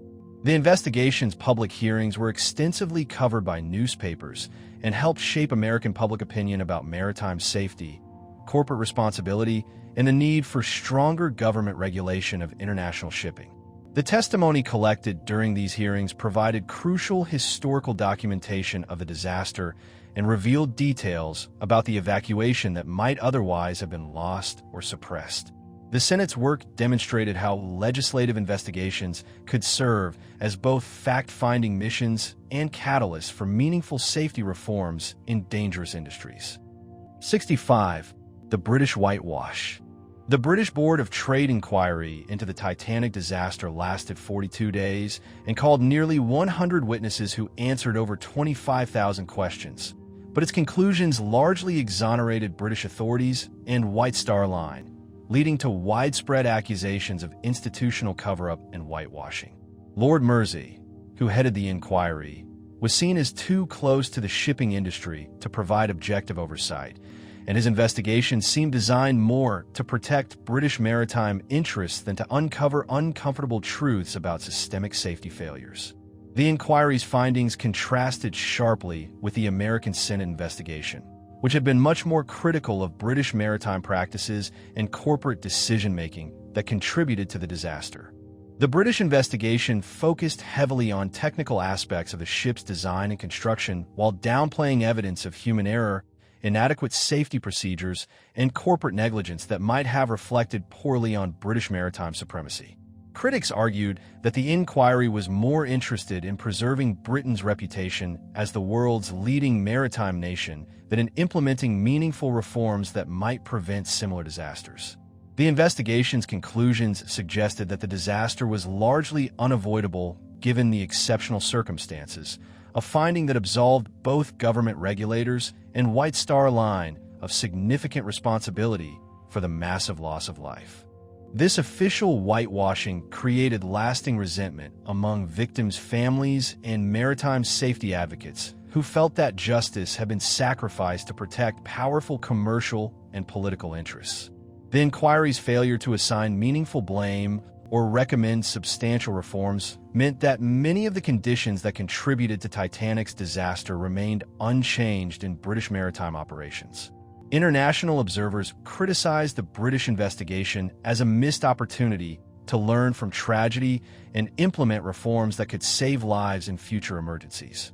The contrast between the aggressive American investigation and the protective British inquiry highlighted national differences in approaches to corporate accountability and government regulation of dangerous industries. 66. The legal settlement. Despite facing claims totaling $16 million from victims' families and survivors, White Star Line managed to settle all legal liability for just $664,000 in 1916, demonstrating how maritime law and corporate legal strategies could minimize financial responsibility even in cases of massive negligence and loss of life. This settlement represented less than 5% of the total claims filed, leaving most families with inadequate compensation for their losses and highlighting the limitations of early 20th century liability law. The low settlement amount was made possible by maritime legal principles that limited shipowners' liability to the value of the vessel and its freight revenue, rather than holding them fully responsible for the human and economic costs of disasters. White Star Line's lawyers successfully argued that the company had followed all existing safety regulations and that the disaster resulted from exceptional circumstances rather than corporate negligence, despite evidence of inadequate safety equipment and poor emergency preparedness. The settlement negotiations revealed how differently the law valued lives based on social class and earning potential, with wealthy victims' families receiving larger payments while poor passenger survivors got minimal compensation. Many families were forced to accept small payments rather than pursuing lengthy legal battles they couldn't afford, effectively allowing the company to escape full accountability for the tragedy. In contrast to the victims' family struggles for compensation, Lloyd's of London paid out the full £1 million insurance claim within 30 days, demonstrating how efficiently the insurance system protected corporate interests while legal barriers hindered individual victims' recovery efforts. The rapid insurance payment versus the protracted victim compensation process highlighted the systemic bias in favor of corporate interests over human suffering in maritime legal frameworks. This legal outcome set precedents that would influence maritime liability law for decades and demonstrated how companies could use existing legal structures to minimize their responsibility for catastrophic failures. The settlement's inadequacy became a rallying point for maritime law reform advocates who argued that liability limits should be eliminated when corporate negligence contributed to disasters. 67. The legacy of reform. The Titanic disaster catalyzed the creation of the first International Convention for the Safety of Life at Sea, SALAS, in 1914, establishing maritime safety standards that continue to govern ship operations around the world more than a century later. This convention represented the first comprehensive international effort to standardize safety equipment, procedures, and training requirements across all maritime nations, breaking down the patchwork of national regulations that had allowed dangerous practices to persist.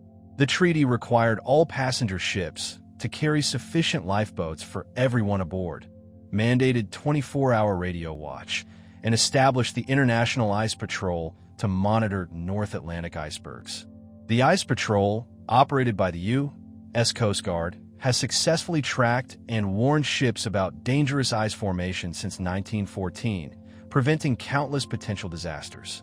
SALAS has been updated repeatedly to incorporate new technologies and lessons learned from subsequent maritime accidents, but its fundamental principles remain rooted in the reforms demanded by Titanic's tragedy. The convention's enduring influence demonstrates how a single disaster can reshape entire industries and save thousands of lives through improved safety standards. The treaty's success in preventing similar disasters stands as perhaps the most positive legacy to emerge from the Titanic tragedy, proving that meaningful reform is possible when public outrage demands accountability from governments and industries. 68. The modern legal battles. More than a century after the disaster, legal battles over Titanic continue to rage in courts around the world, demonstrating how the ship's legacy extends far beyond maritime history into complex questions of salvage rights, cultural heritage, and commercial exploitation. RMS Titanic Incorporated holds exclusive salvage rights to the wreck site, a legal monopoly that has generated both valuable historical discoveries and intense controversy over the ethics of profiting from a mass grave. The company has faced constant legal challenges from governments, victims' families, and maritime heritage organizations who argue that the wreck should be treated as a protected memorial rather than a source of commercial artifacts. The 2003 US-UK agreement requires special permits for anyone entering the wreck site, but enforcement remains difficult given the international waters location and the technical challenges of monitoring activities at such depths. Legal disputes have centered on everything from the removal of artifacts to the rights of documentary filmmakers and researchers who want to study the wreck without commercial motives. Courts have struggled to balance scientific research interests, cultural preservation concerns, and the salvage company's investment in expensive deep-sea recovery operations. The legal framework governing Titanic reflects broader challenges in international maritime law, where jurisdiction questions become complex when dealing with disasters that occurred in international waters over a century ago.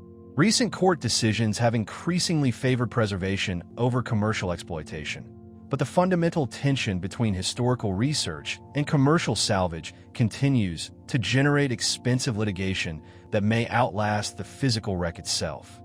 69. The Secret Mission. Robert Ballard's 1985 discovery of Titanic was actually a carefully orchestrated cover story for one of the Cold War's most sensitive military operations, involving the location of two nuclear submarines that had been lost in the ocean's depths with potentially catastrophic consequences for national security. The U.S. Navy secretly funded Ballard's expedition to locate USS Thresher and USS Scorpion, nuclear submarines that had sunk in the 1960s with their reactors and nuclear weapons potentially accessible to Soviet recovery efforts. Ballard's public mission to find Titanic provided perfect cover for this classified operation, as his deep-sea exploration technology and expertise were exactly what the Navy needed for submarine location. The military gave Ballard only 12 days to search for Titanic after completing the classified submarine missions, creating intense pressure to find a wreck quickly or face the possibility that his cover story would be exposed as fiction. This arrangement meant that one of history's most famous maritime discoveries was actually a secondary objective to Cold War intelligence gathering, highlighting how scientific exploration and military operations often intersect in unexpected ways. The secrecy surrounding the true mission wasn't revealed until decades later, when Ballard finally disclosed the military aspects of his expedition after Cold War tensions had ended and classification restrictions were lifted. The submarine missions were successful, but the limited time allocated for Titanic searching made the ship's discovery even more remarkable, as Ballard had to locate the wreck in a tiny window of opportunity while maintaining the pretense that it was his primary objective.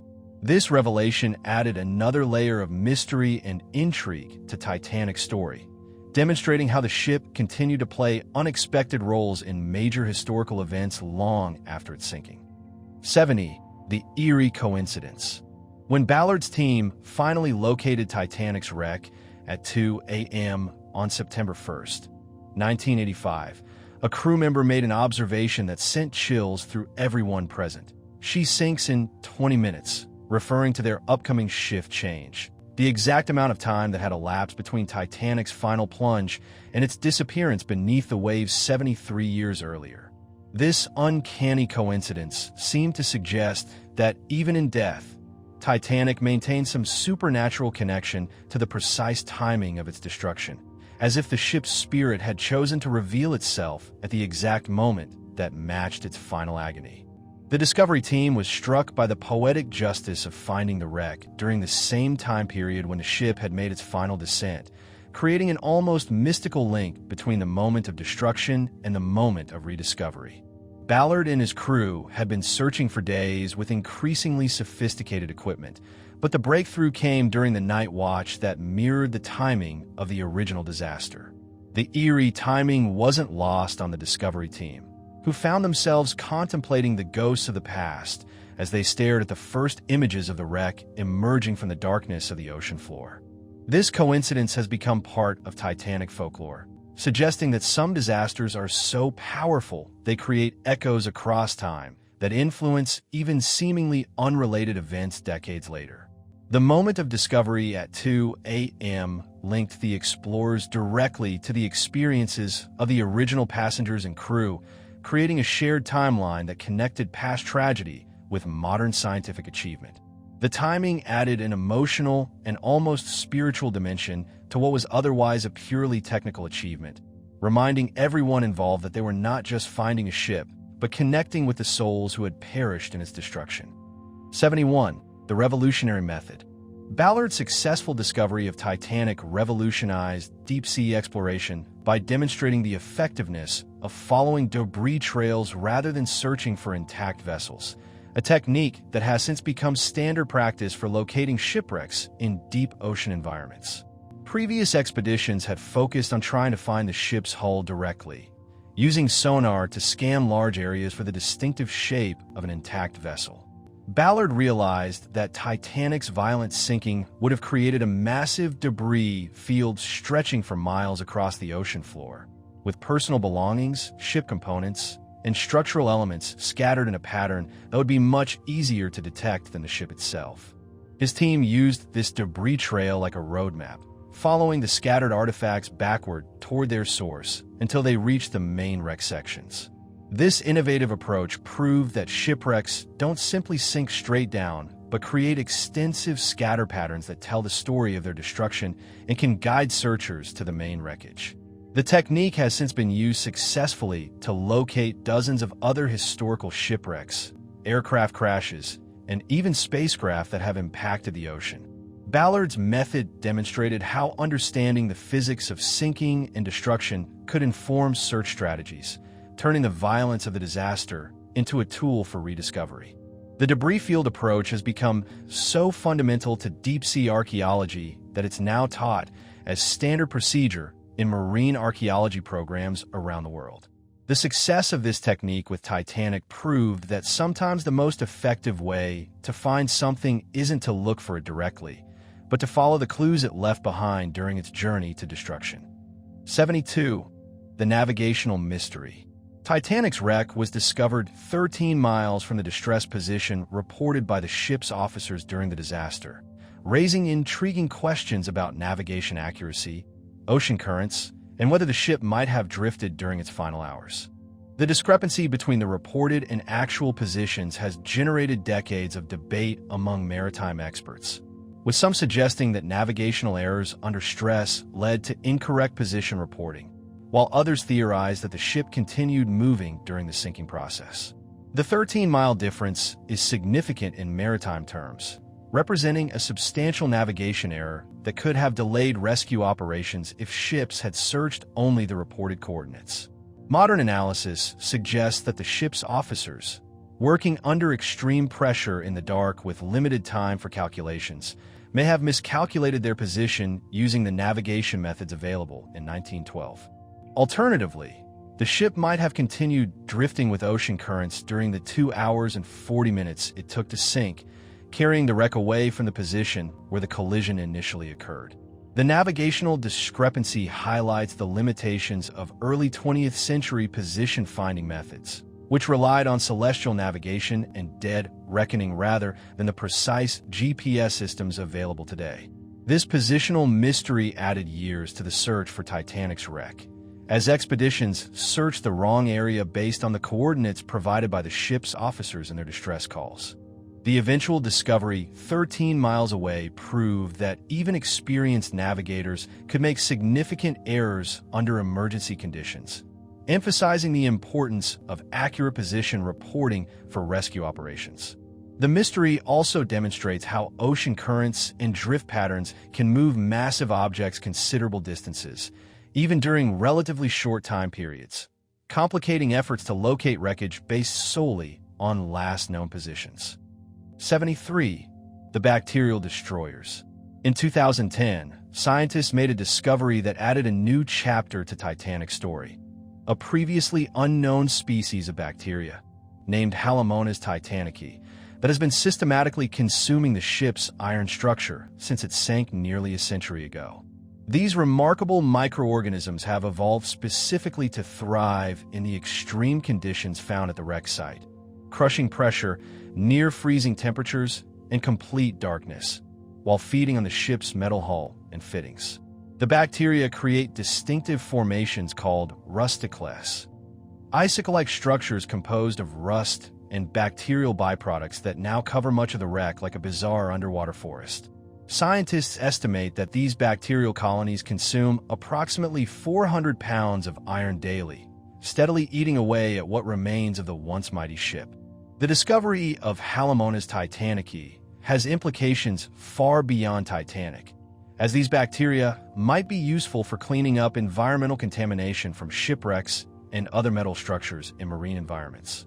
However, for Titanic itself, the bacterial activity represents a ticking clock that will eventually consume the entire wreck, leaving nothing but a rust stain on the ocean floor.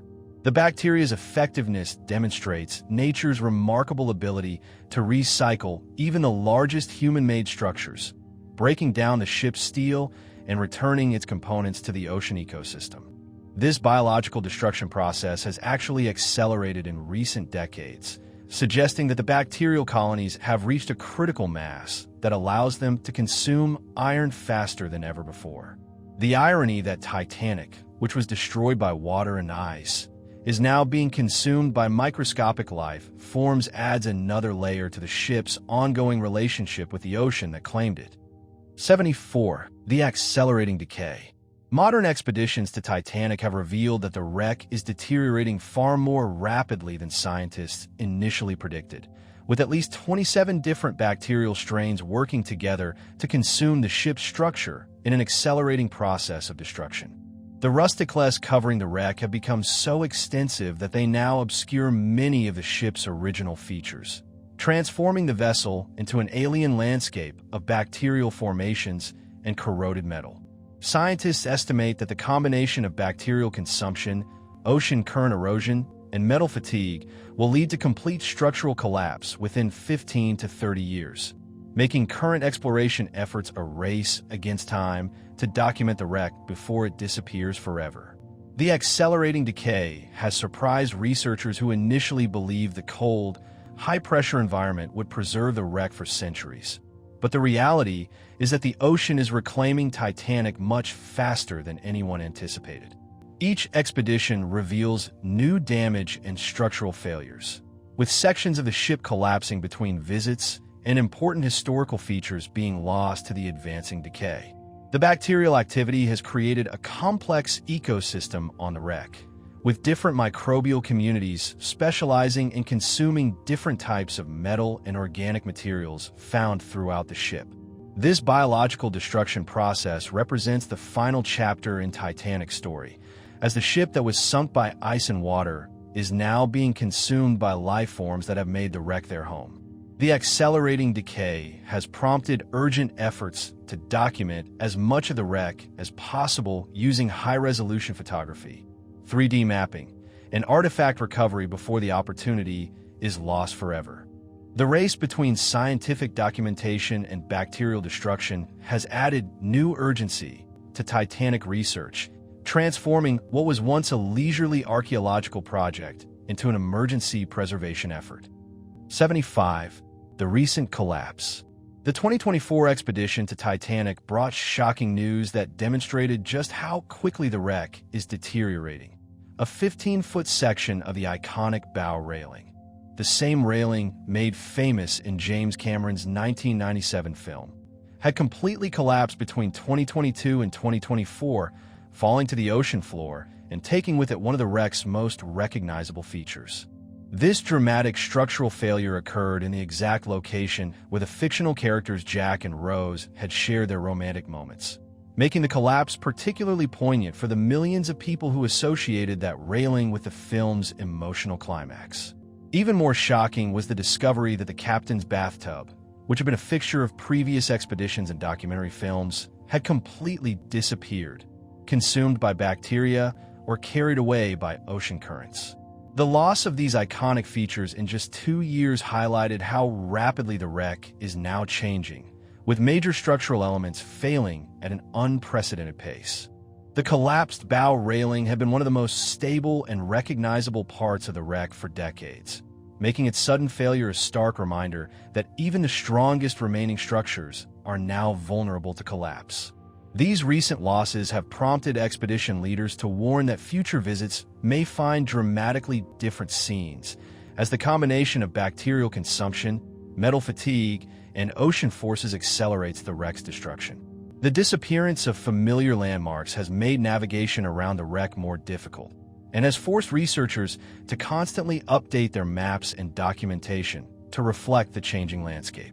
The rapid pace of change has transformed Titanic from a stable archaeological site into a dynamic environment where important historical features can vanish between expeditions, adding urgency to every research mission. 76. The treasure trove.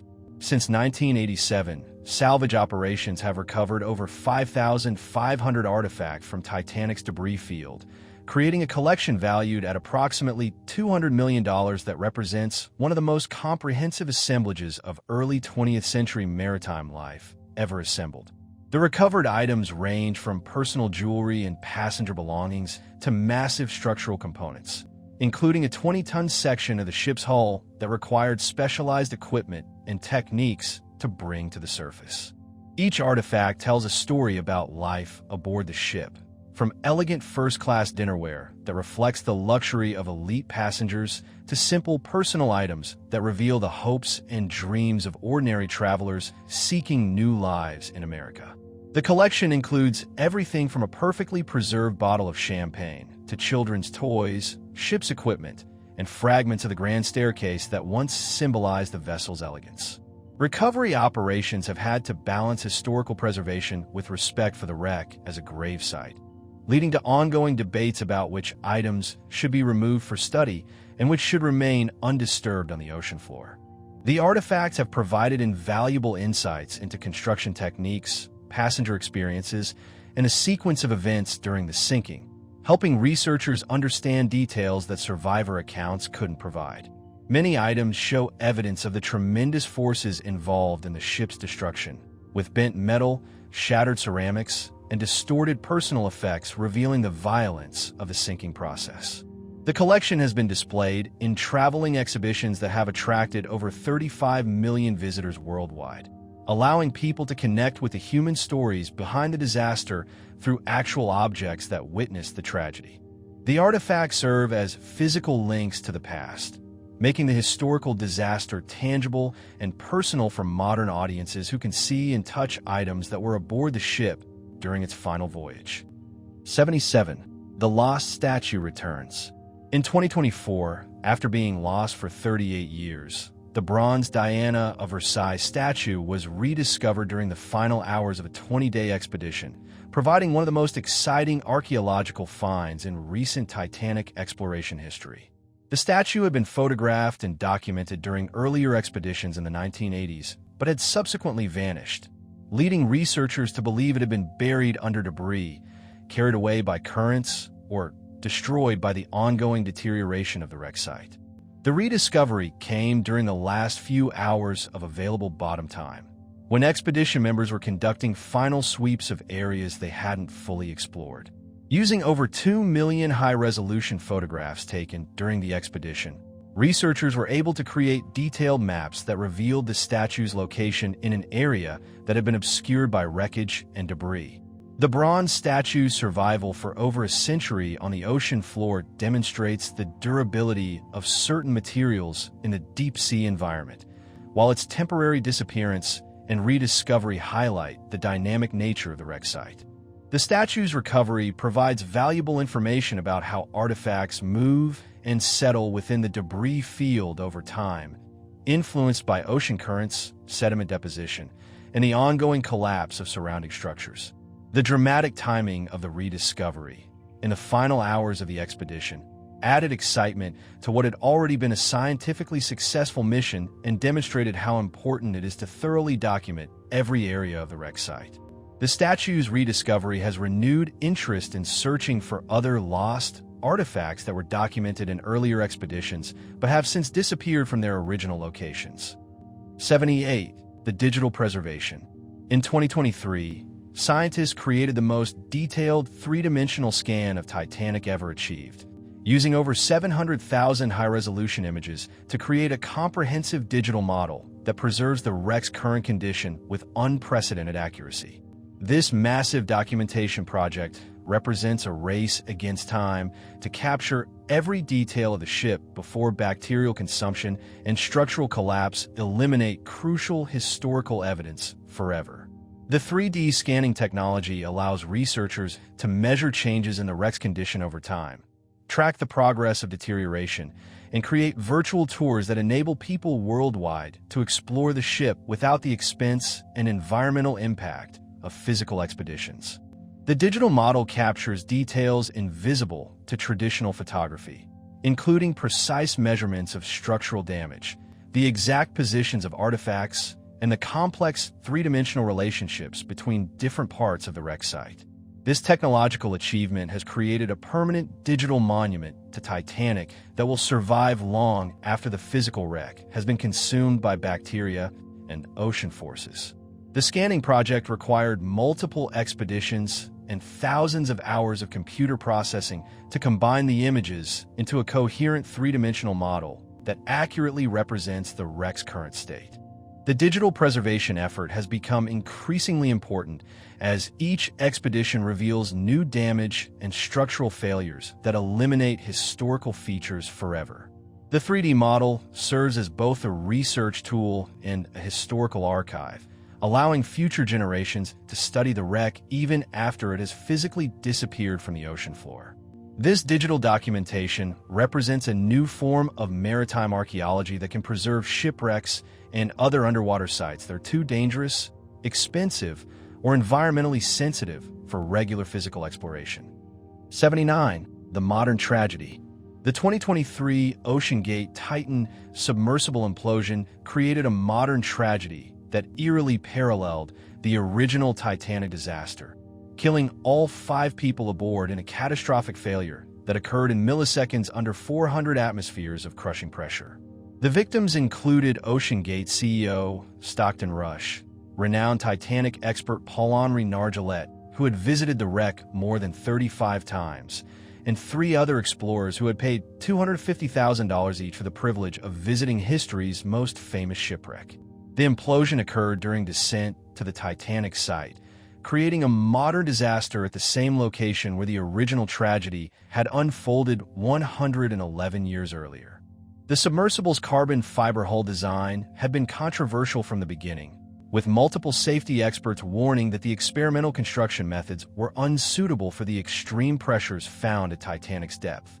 The disaster highlighted how the allure of Titanic continues to draw people into dangerous situations, with wealthy tourists willing to risk their lives for the chance to see the legendary wreck firsthand. The implosion was so rapid and violent that the victims would have had no awareness of their deaths, as the crushing water pressure destroyed the vessel faster than human nervous systems could register pain or fear.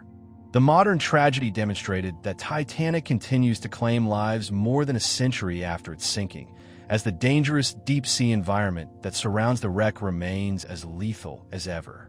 The loss of Nargeolet was particularly devastating for the Titanic research community, as his expertise and experience were irreplaceable resources for understanding the wreck and its history. 80. The ignored warnings. The OceanGate Titan disaster was made even more tragic by the fact that safety concerns about the submersible's design had been raised years earlier by whistleblower David Lockridge, who was fired in 2018 for questioning the carbon fiber hull's ability to withstand repeated pressure cycles at Titanic's depth. Lockridge had specifically warned that the experimental hull design hadn't been properly tested and that the company was prioritizing commercial operations over passenger safety. Concerns that proved prophetic when the submersible suffered catastrophic failure during a paying passenger dive.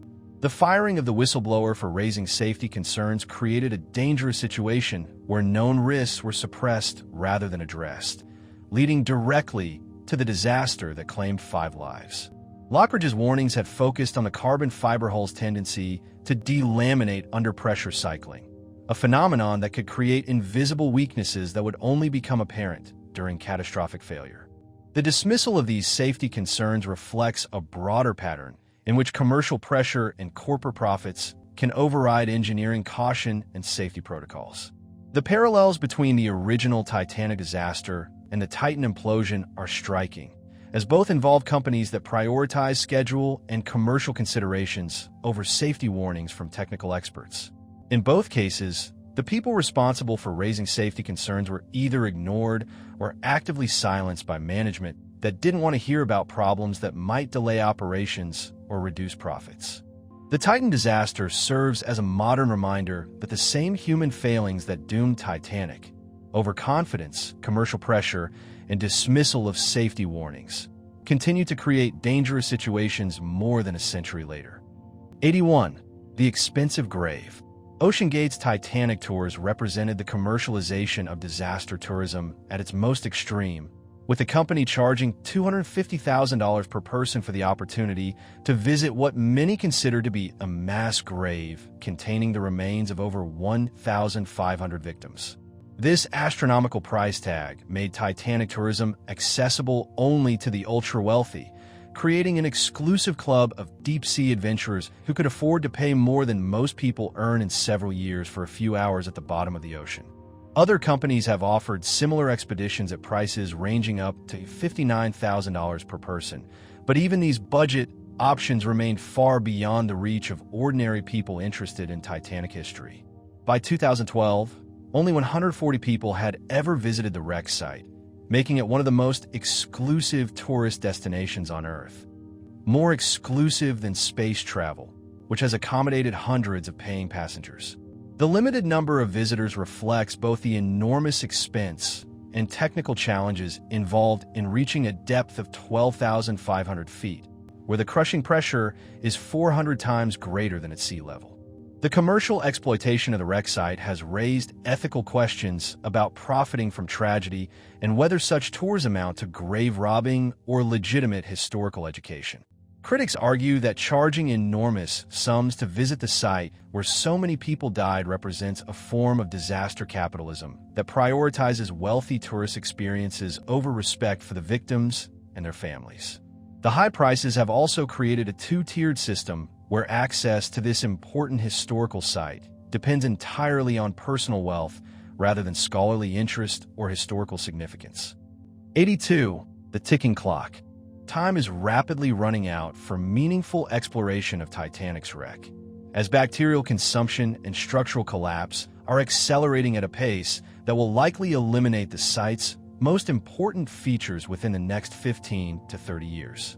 Each expedition now reveals new damage and collapsed sections that have disappeared since the previous visit, creating a situation where researchers are literally racing against time to document the wreck before it's completely consumed by natural forces. The acceleration of deterioration means that future expeditions may find dramatically different scenes, with major structural elements failing and iconic features disappearing between visits. The bacterial activity that is consuming the ship's iron has reached a critical mass that allows the microorganisms to destroy metal faster than ever before, turning what was once a slow process of corrosion into an accelerating collapse. The pressure to document and preserve as much information as possible has transformed Titanic research from a leisurely archaeological project into an urgent rescue mission for historical artifacts and information. Scientists working on the wreck now operate with the knowledge that each expedition may be the last opportunity to study certain features or recover specific artifacts before they're lost forever. The ticking clock has also influenced decisions about artifact recovery, with researchers increasingly willing to remove items from the wreck site rather than risk losing them to bacterial consumption or structural collapse. The time pressure has made every expedition more valuable and more urgent, as researchers know that opportunities to study the world's most famous shipwreck are rapidly disappearing. The race against time has added emotional weight to scientific expeditions, as researchers realize they may be among the last people to see Titanic in its recognizable form before the ocean reclaims it completely. 83. The debunked switch. The Olympic switch theory, one of the most persistent conspiracy theories surrounding Titanic, has been thoroughly debunked by physical evidence recovered from the wreck site, yet it continues to circulate among people seeking alternative explanations for the disaster. This theory claimed that White Star Line secretly switched the identities of Titanic and its sister ship Olympic, deliberately sinking the damaged Olympic disguised as Titanic to collect insurance money. However, construction materials recovered from the wreck bear Titanic's hull number 401, not Olympic's hull number 400, providing definitive proof that the ship on the ocean floor is indeed Titanic. Additionally, detailed analysis of the insurance arrangements shows that Titanic was actually underinsured at $5 million compared to its construction cost of $75 million, making an insurance fraud scheme financially illogical. The theory also ignores the extensive documentation of both ships' construction, the hundreds of witnesses who would have had to be part of the conspiracy, and the practical impossibility of secretly switching two massive ocean liners without detection. The persistence of this conspiracy theory, despite overwhelming evidence to the contrary, demonstrates how traumatic events often generate alternative explanations that provide psychological comfort to people who cannot accept that such massive tragedies can result from simple human error and bad luck.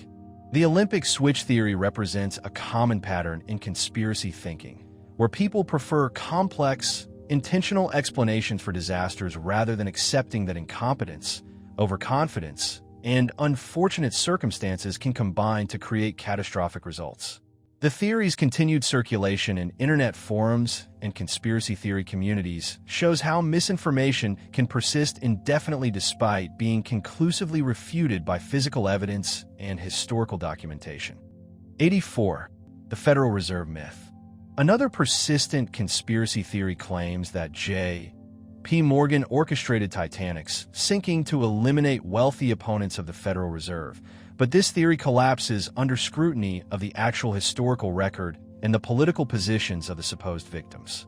The theory suggests that John Jacob Astor, Benjamin Guggenheim, and Isidor Straus were all opponents of central banking who posed threats to Morgan's financial plans, making their deaths convenient for banking interests. However, historical research reveals that these men never actively opposed the Federal Reserve System, and Strauss actually supported the concept of central banking as a stabilizing force for the American economy.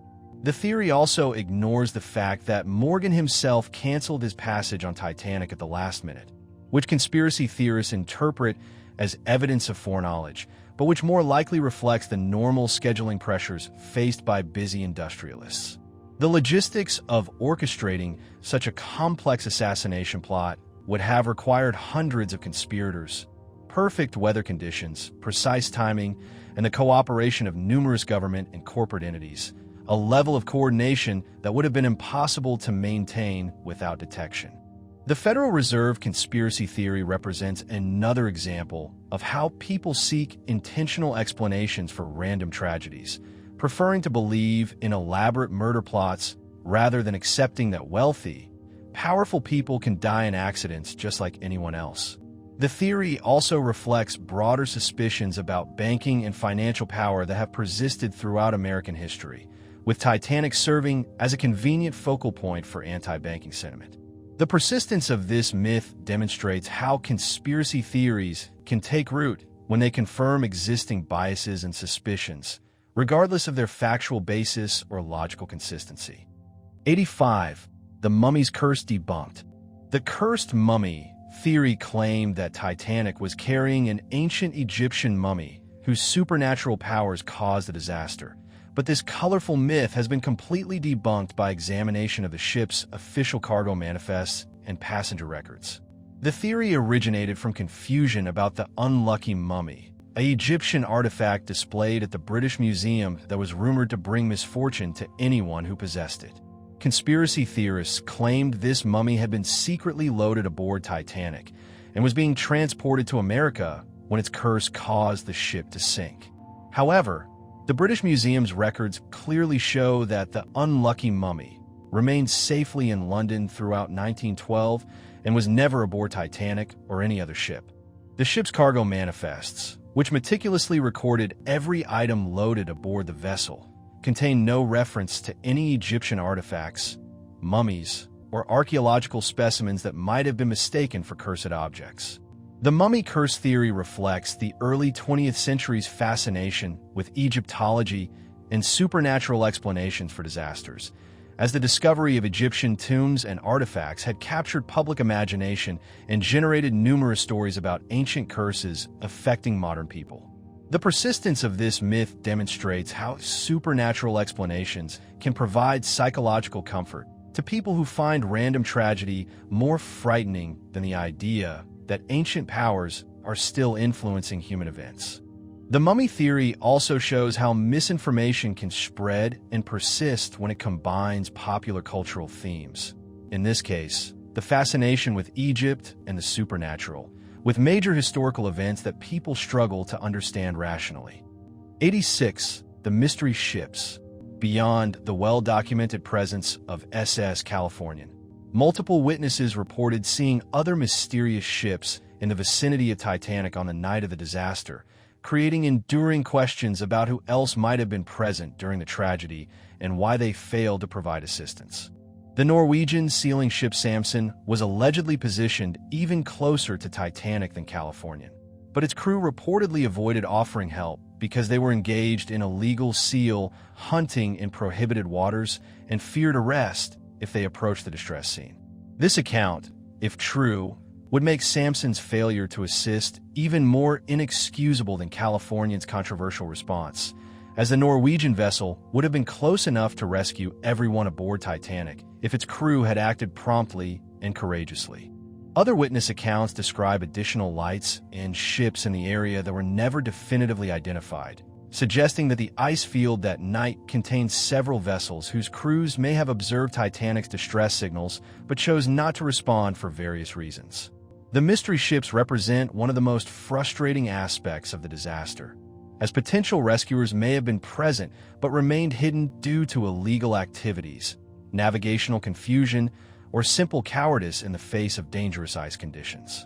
The inability to definitively identify all vessels in the area has generated decades of speculation about missed rescue opportunities and has contributed to ongoing debates about maritime responsibility and the duty to assist ships in distress. The mystery ships also highlight how the remote location and dangerous conditions of the disaster made communication and coordination between vessels extremely difficult, even when multiple ships were present in the same general area. 87. The Captain's Unknown End. Captain Edward Smith's final moments remain one of Titanic's greatest mysteries, with numerous conflicting witness accounts creating multiple versions of his death that may all be partially true or completely fictional. Some survivors claimed they saw Smith swimming in the water holding a child, while others reported seeing him on the bridge as the ship made its final plunge, and still others said he jumped into the ocean and refused rescue when a lifeboat approached him. The contradictory nature of these accounts reflects the chaos and poor visibility during the ship's final minutes, when traumatized witnesses were struggling to survive while trying to process the horrific events occurring around them. Smith's body was never recovered, eliminating any possibility of determining his actual fate through physical evidence or forensic examination. The captain's mysterious end has generated decades of speculation and myth-making, with various accounts portraying him as either a hero who died trying to save others or a broken man who couldn't face the consequences of his ship's destruction. The lack of definitive information about Smith's death has allowed different groups to create their own versions of his final moments, with each account reflecting the values and expectations of the people telling the story. The mystery has been complicated by the natural human tendency to create dramatic narratives around tragic events, leading to embellished or entirely fictional accounts that become accepted as historical fact through repetition. Smith's unknown fate serves as a reminder that even major historical events often contain gaps and uncertainties that can never be resolved, leaving crucial details forever shrouded in mystery and speculation. 88. The three-piece puzzle. Recent analysis of Titanic's wreck has suggested that the ship may have actually broken into three major pieces during its destruction, rather than the two sections that were long believed to represent the complete breakup pattern. This potential third section would challenge even the findings of Robert Ballard, who discovered the separated bow and stern sections in 1985 and established the two-piece breakup theory that has dominated understanding of the ship's destruction for decades. The possibility of a three-piece breakup emerged from detailed analysis of the debris field and computer modeling of the forces involved in the ship's final moments, suggesting that a middle section may have separated from both the bow and stern during the violent destruction process. If confirmed, this discovery would require a complete reevaluation of the ship's structural failure sequence and might provide new insights into the forces that tore apart the massive vessel during its final plunge. The three-piece theory has implications for understanding how large ships break apart under extreme stress and could influence the design of modern vessels to prevent similar catastrophic failures. The debate over the breakup pattern demonstrates how even well-studied disasters can still yield new discoveries that challenge accepted understanding and force researchers to reconsider fundamental assumptions about what happened. The possibility of a third section also highlights the limitations of deep-sea exploration, where poor visibility, scattered debris, and the enormous scale of the wreck site can hide important evidence for decades. The ongoing research into Titanic's breakup pattern shows how advancing technology and new analytical methods can reveal hidden details about historical events that seem completely understood. 89. The instant movie. The speed with which Titanic's story was transformed into entertainment demonstrates the early 20th century's rapid news cycle and the public's immediate fascination with the disaster. Just 29 days after the ship sank, the first disaster film, Saved from the Titanic, was released, starring actual survivor Dorothy Gibson, who had escaped in Lifeboat 7 and was willing to relive her traumatic experience for the camera. Gibson's participation in the film was remarkable considering the psychological trauma she had endured, but her involvement provided authentic details and emotional weight that made the movie a powerful piece of early disaster cinema. The film was shot with Gibson wearing the same dress she had worn during the actual disaster, creating an eerie connection between the real tragedy and its fictional recreation. The rapid production timeline required filmmakers to work with minimal information about the disaster's details, as investigations were still ongoing and many survivor accounts hadn't been officially recorded. The movie's release just 1 month after the sinking demonstrated how quickly tragic events could be commercialized and transformed into entertainment for mass consumption. Saved from the Titanic established many of the dramatic themes and emotional elements that would characterize Titanic movies for the next century, including the emphasis on class differences, heroic sacrifice, and the hubris of technological overconfidence. Unfortunately, the film is now lost, as the only known copies were destroyed in a fire, creating yet another layer of tragedy and loss associated with Titanic's story. The movie's rapid production and subsequent loss illustrate both the immediate commercial appeal of the disaster and the fragility of early film preservation efforts. 90. The Nazi propaganda. Nazi Germany's 1943 production of Titanic represents one of history's most bizarre and cynical attempts to exploit a maritime disaster for political propaganda, creating a film that completely distorted the historical facts to serve the Nazi Party's anti-British and anti-American messaging. The German film featured a heroic German officer aboard Titanic who repeatedly warned against the capitalist recklessness and greed that the Nazis claimed were responsible for the disaster, portraying the tragedy as the inevitable result of Anglo-American moral corruption and financial obsession. This fictional German hero was presented as the voice of reason and humanity aboard a ship dominated by greedy capitalists who valued profit over human life, creating a narrative that painted German values as superior to those of Germany's wartime enemies. The film was produced during World War II as part of Nazi efforts to undermine Allied morale and justify German military actions as responses to Western moral failures. Titanic was actually the first major motion picture to use Titanic as its title, predating more famous American films by decades and establishing many visual and dramatic elements that would influence later productions. The production itself was plagued by problems, including the suicide of the original director and the eventual replacement of key personnel due to conflicts with Nazi authorities over the film's content and message. The movie's release was limited because Nazi leaders worried that scenes of mass death and panic might undermine German civilian morale during wartime, demonstrating how propaganda efforts could backfire even when carefully crafted to serve political purposes. The Nazi Titanic film remains a disturbing example of how tragic historical events can be manipulated and distorted to serve contemporary political agendas, regardless of the facts or the suffering of the actual victims. 91. The billion-dollar phenomenon. James Cameron's 1997 Titanic became far more than just a movie. It transformed into a global cultural phenomenon that fundamentally reshaped public perception of the disaster and created renewed worldwide fascination with the ship's story. The film became the first movie in history to gross over $1 billion worldwide, demonstrating the universal appeal of the Titanic story when combined with modern filmmaking technology and romantic storytelling. Cameron's meticulous attention to historical detail, combined with groundbreaking special effects and a compelling love story, created a film that satisfied both history enthusiasts and romance fans, expanding the disaster's appeal far beyond its traditional maritime history audience.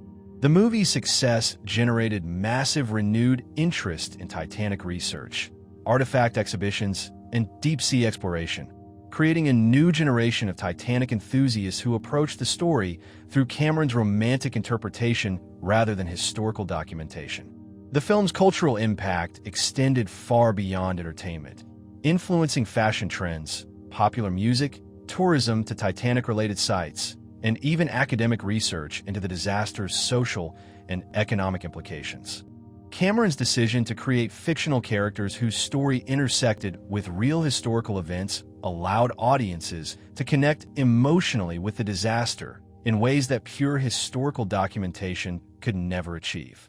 The movie's enormous commercial success also demonstrated the continuing power of the Titanic story to capture public imagination more than 8 decades after the disaster, proving that certain historical events transcend their specific time periods to become timeless symbols of human experience. The film's influence on popular culture has been so profound that many people now view the historical disaster through the lens of Cameron's fictional narrative, blending entertainment with history in ways that both illuminate and complicate understanding of the actual events. 92. The musical legacy.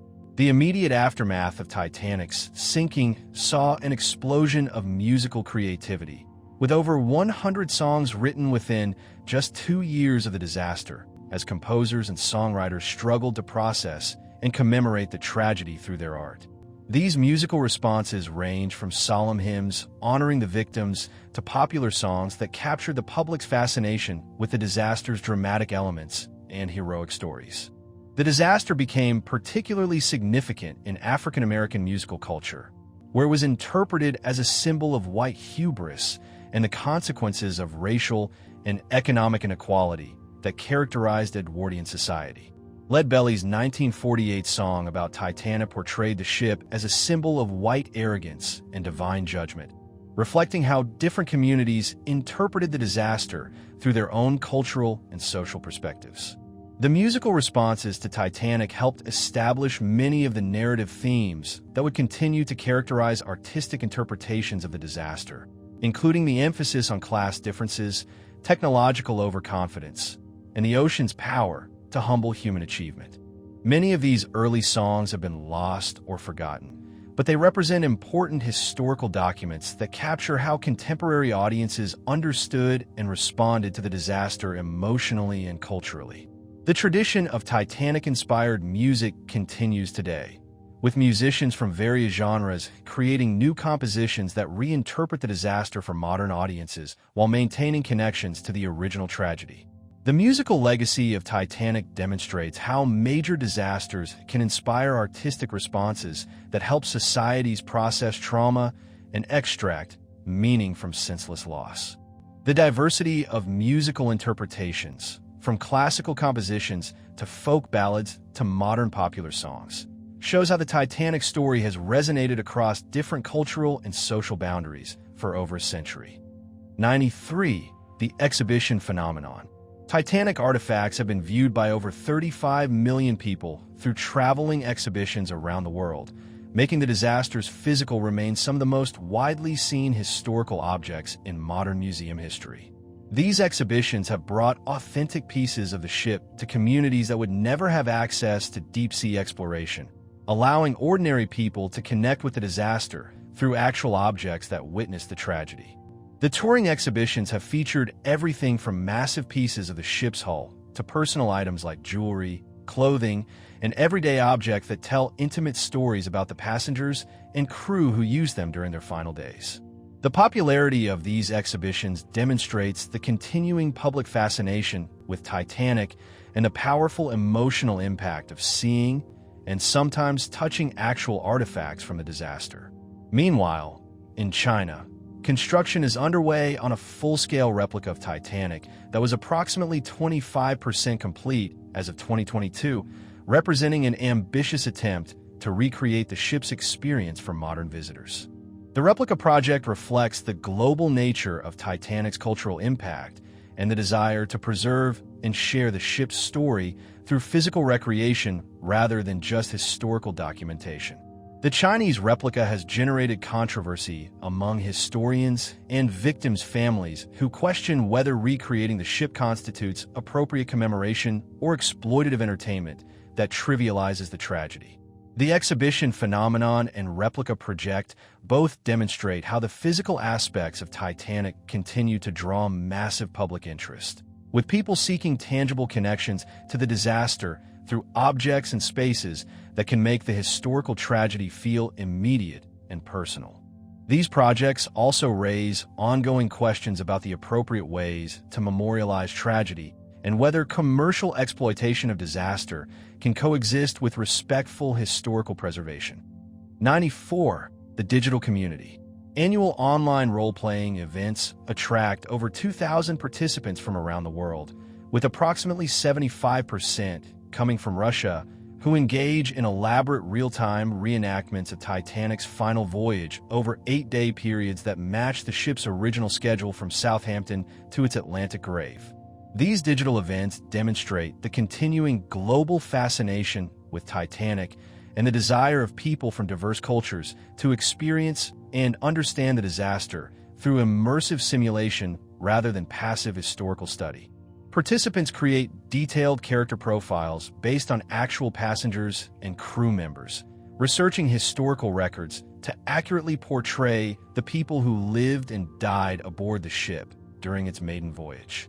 The events feature authentic period communication styles, historically accurate social interactions, and dramatic reenactments of the disaster's timeline, including the collision, evacuation, and sinking sequences. The high participation rate from Russian players reflects the international appeal of Titanic's story and demonstrates how the disaster has transcended its Anglo-American origins to become a truly global historical symbol.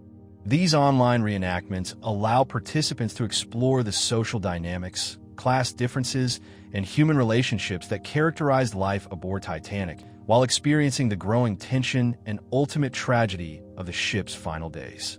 The digital format enables people from different countries and cultures to collaborate in recreating historical events, creating international communities united by shared interest in understanding and commemorating the disaster. The elaborate nature of these role-playing events, which require extensive historical research and sustained commitment over multiple days, demonstrates the depth of engagement that Titanic continues to inspire more than a century after the actual tragedy. These online communities represent a new form of historical commemoration that combines education, entertainment, and international cooperation in ways that honor the disaster's victims while making their stories accessible to modern audiences. 95. The Prophetic Novel. Morgan Robertson's 1898 novel Futility, later retitled The Wreck of the Titan, contains such eerily accurate predictions about Titanic's disaster that has generated decades of speculation about whether Robertson possessed supernatural foresight or simply understood the maritime industry well enough to predict its inevitable failures. Robertson's fictional ship, Titan, shared remarkable similarities with Titanic. Both were considered unsinkable. Both struck icebergs in April. Both sank in the North Atlantic, and both carried insufficient lifeboats for their passengers. The novel described a ship that was nearly identical in size to Titanic and featured technological specifications that closely matched those of the real ship that would be built 14 years later. Robertson's background as a former merchant marine officer gave him intimate knowledge of ship design, maritime safety practices, and the economic pressures that influenced shipping company decisions about safety equipment and operational procedures. His novel essentially predicted that the combination of technological overconfidence, inadequate safety equipment, and dangerous operating practices would eventually lead to a major disaster involving a large passenger ship in ice-filled waters. The accuracy of Robertson's fictional disaster has made Futility one of literature's most famous examples of prophetic writing, though the predictions probably reflected informed speculation rather than supernatural knowledge. The novel's prescient elements included not just the basic disaster scenario, but specific details about the speed of impact, the location of the collision, and the insufficient number of lifeboats that would doom most passengers. Robertson's story demonstrates how experienced professionals could foresee the dangers inherent in early 20th century maritime practices, making the eventual Titanic disaster seem almost inevitable to those who understood the industry's safety limitations and commercial pressures. 96. The Journalist's Prophecy. W.T. Stead, the prominent British journalist who would die aboard Titanic, had written remarkably prescient fictional accounts about maritime disasters in the 1880s and 1890s that seemed to predict with uncanny accuracy the very tragedy that would claim his own life. Stead's 1886 article titled, How the Mail Steamer Went Down in Mid-Atlantic by a Survivor, described a ship collision in the North Atlantic that resulted in massive loss of life due to insufficient lifeboats, creating a fictional scenario that would play out in reality 26 years later. His 1892 story, From the Old World to the New, featured a ship that rescued survivors from a vessel that had struck an iceberg in the Atlantic, demonstrating his awareness of the dangers posed by ice in shipping lanes that were considered safe by most maritime authorities. Stead's writings reflected his deep concern about maritime safety practices and his belief that commercial pressures were creating dangerous conditions that would eventually lead to catastrophic disasters. His fictional accounts included specific details about the problems with lifeboat shortages, inadequate safety drills, and the tendency of ships to maintain dangerous speeds in hazardous conditions rather than prioritize passenger safety over schedule adherence. The journalist's prophetic writings demonstrate how informed observers could recognize the systemic problems in maritime safety that would eventually lead to disasters like Titanic, making his own death in the tragedy a cruel example of life imitating art. Stead's predictions were based on his extensive research into maritime practices and his interviews with experienced sailors who understood the risks that passengers and shipping company executives preferred to ignore. His tragic death aboard the very type of ship he had written about gives his fictional accounts an eerie quality that has made them some of the most haunting pieces of pre-disaster literature ever written. 97. The Officer's Premonition. Chief Officer Henry Wilde's letter to his sister expressing unease about Titanic has become one of the most chilling pieces of pre-disaster correspondence. As he wrote, I still don't like this ship. I have a queer feeling about it. Wilde's intuitive concerns about the vessel were shared by multiple passengers who reported feelings of anxiety and foreboding before boarding, creating a pattern of premonitions that has fascinated researchers and the public for over a century. These reports of unease came from people across different social classes and backgrounds, suggesting that something about Titanic or the circumstances surrounding its maiden voyage generated widespread psychological discomfort among sensitive individuals.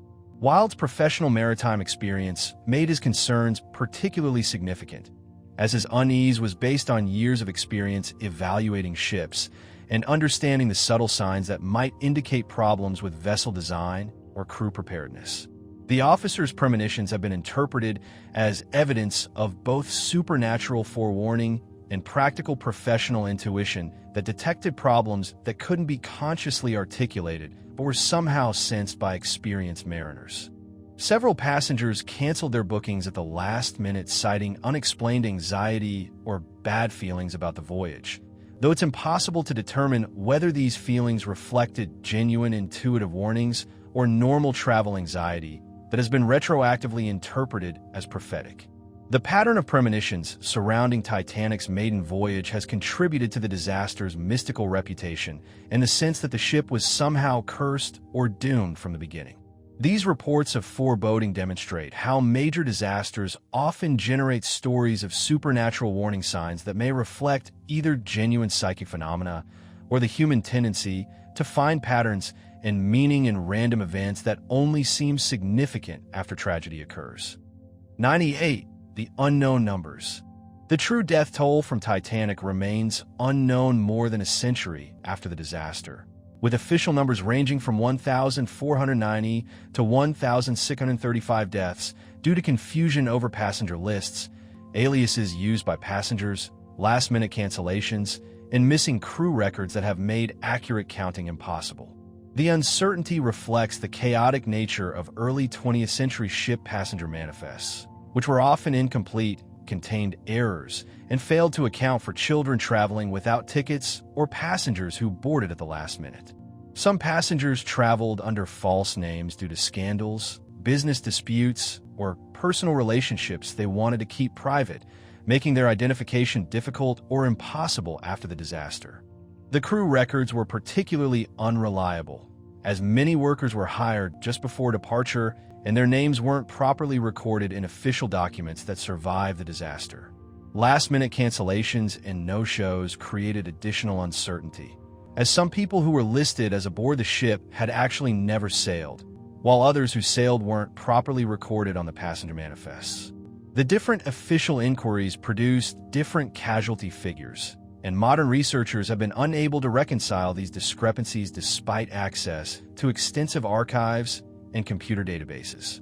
The unknown death toll represents one of the most basic yet unsolvable mysteries of the disaster, demonstrating how even fundamental facts about major historical events can remain uncertain due to incomplete record-keeping and the chaos that surrounds major tragedies. The range of 145 deaths between the lowest and highest estimates represents dozens of families who may never have known whether their loved ones were actually aboard the ship when it sank. This uncertainty about the basic facts of the disaster illustrates how traumatic events often leave permanent gaps in a historical record that can never be filled, regardless of how much research and investigation is conducted. 99. The final heroics. The final hours aboard Titanic revealed extraordinary examples of dedication and sacrifice, as all 5 postal workers died trying to save mail bags in the flooding storage compartments, and all 8 musicians perished while continuing to provide music that maintained some semblance of normalcy during the ship's death throes. These heroic actions demonstrated how professional duty and human compassion could triumph over self-preservation instincts even in the face of certain death. The postal workers' efforts to save the mail represented their commitment to their professional responsibilities and their understanding that the letters and packages in their care represented important communications between families and businesses that couldn't be replaced. The musicians' decision to continue playing as the ship sank around them provided psychological comfort to passengers and crew who were facing their own mortality, creating a sense of dignity and civilization in the midst of chaos and terror.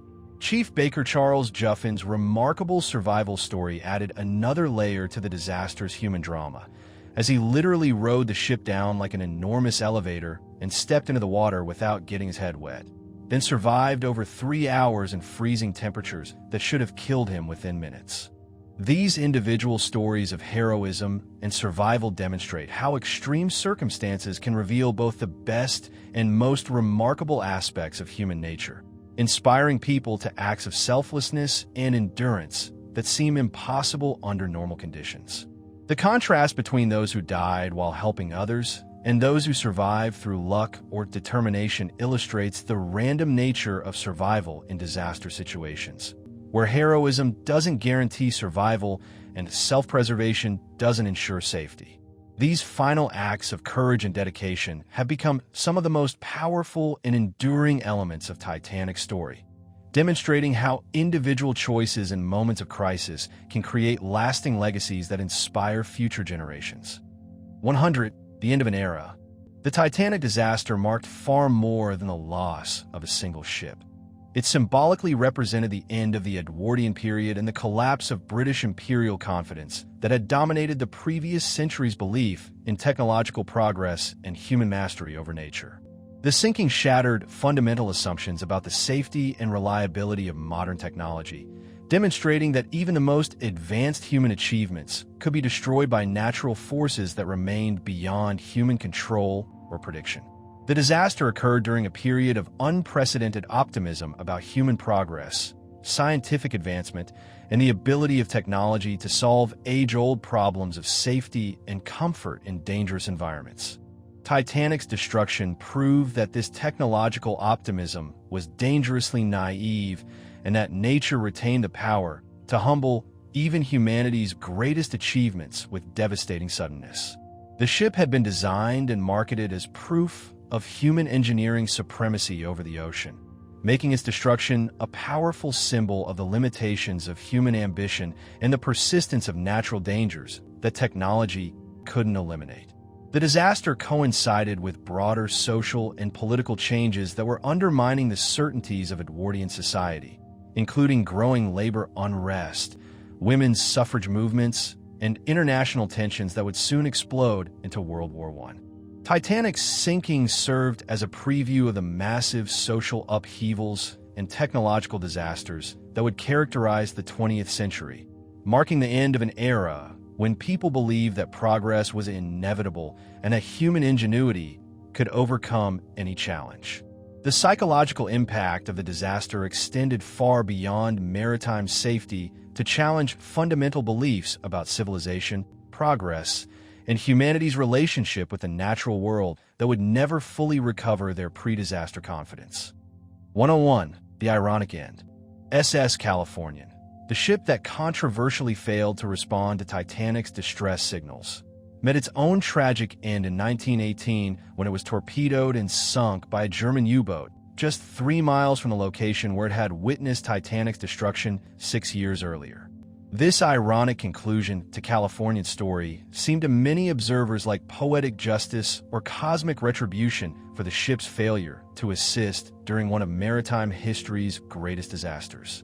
The proximity of Californian's destruction to the site of its greatest shame created an eerie sense of historical symmetry that suggested the ship had been cursed by its association with Titanic's tragedy. Captain Stanley Lord, who had made the controversial decision not to investigate Titanic's distress rockets, was not aboard when his former command was destroyed, having left the ship years earlier after the scandal surrounding his actions during the Titanic disaster. The crew members who died when Californian was torpedoed had no connection to the ship's shameful behavior during Titanic's emergency, making their deaths a tragic consequence of their vessel's dark history. The German submarine attack that claimed Californian occurred during World War I's maritime warfare campaign, when U-boats were systematically targeting Allied shipping without regard for traditional maritime rescue obligations. The irony of Californian's destruction, a ship that had failed to rescue others being destroyed itself without hope of rescue, was not lost on maritime historians and the general public who followed shipping news during the war. The ship's end served as a final chapter in one of maritime history's most controversial episodes, eliminating the physical vessel that had become a symbol of missed opportunities and moral failure. California's destruction seemed to close a circle of maritime tragedy that had begun with its shameful inaction during Titanic's emergency and ended with its own violent destruction in the same waters where it had once failed to act with courage and humanity. 102. The tiny damage. Modern forensic analysis of Titanic's hull damage has revealed one of the most shocking aspects of the disaster. The total damaged area was approximately the size of just a couple of sheets of A4 paper rather than the massive gash that investigators theorized for decades. This revelation completely changed understanding of how the ship sank and highlighted the deadly efficiency of the iceberg attack, which created multiple small punctures that were perfectly positioned to overwhelm the vessel's safety systems. The relatively tiny damage area made the ship's rapid flooding even more remarkable and demonstrated how precisely the iceberg had struck the most vulnerable parts of the hull.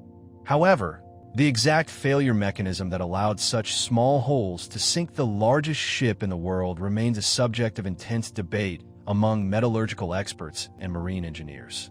Some researchers believe the brittle steel fractured catastrophically upon impact, while others argue that the compromised rivets failed sequentially to create a zipper-like opening along the hull. The debate over the precise failure mechanism continues to generate new research and analysis, as understanding exactly how Titanic was destroyed could influence the design of modern ships and prevent similar catastrophic failures. The small size of the actual damage compared to the enormous consequences demonstrates how engineering failures can be devastatingly efficient when they strike exactly the right combination of structural weaknesses and safety system limitations. This revelation has forced engineers and naval architects to reconsider assumptions about hull design, damage control, and the relationship between impact size and structural failure in large vessels. The continuing debate over the failure mechanism shows how even well-studied disasters can still yield new insights that challenge accepted understanding and force experts to develop new theories about catastrophic structural failures. 103. The persistent mysteries. Construction number anomalies and alleged Olympic lettering visible in some wreck footage continue to fuel conspiracy theories more than a century after the disaster. Despite experts dismissing these claims as pareidolia, the psychological phenomenon of seeing meaningful patterns in random visual information. These persistent theories demonstrate how certain disasters generate alternative explanations that resist factual correction and continue circulating in conspiracy theory communities regardless of overwhelming evidence to the contrary. The supposed Olympic lettering has been explained by marine archaeologists as a combination of corrosion patterns, bacterial formations, and a human tendency to interpret ambiguous shapes as familiar letters or numbers. Construction number differences between Olympic and Titanic have been thoroughly documented through recovered artifacts that definitively prove the wreck's identity. Yet conspiracy theorists continue to claim that physical evidence has been manipulated or misinterpreted. The persistence of these theories reflects broader patterns in conspiracy thinking, where people prefer complex, intentional explanations for tragic events rather than accepting that disasters can result from simple human error, bad luck, and the convergence of unfortunate circumstances. The Olympic switch theory and related conspiracies provide psychological comfort to people who find random tragedy more frightening than deliberate plots, even when the proposed conspiracies would require impossibly complex coordination and secrecy. Expert dismissal of these theories as pareidolia highlights how human pattern recognition systems can create false perceptions that feel convincingly real to people who want to believe in alternative explanations. The continuing circulation of debunked conspiracy theories about Titanic demonstrates how misinformation can persist indefinitely in communities that reject expert analysis and prefer explanations that confirm their existing beliefs about corporate corruption and government cover-ups. These persistent mysteries show how even the most thoroughly investigated historical events can generate ongoing debates that reflect broader cultural anxieties and suspicions rather than legitimate questions about factual evidence.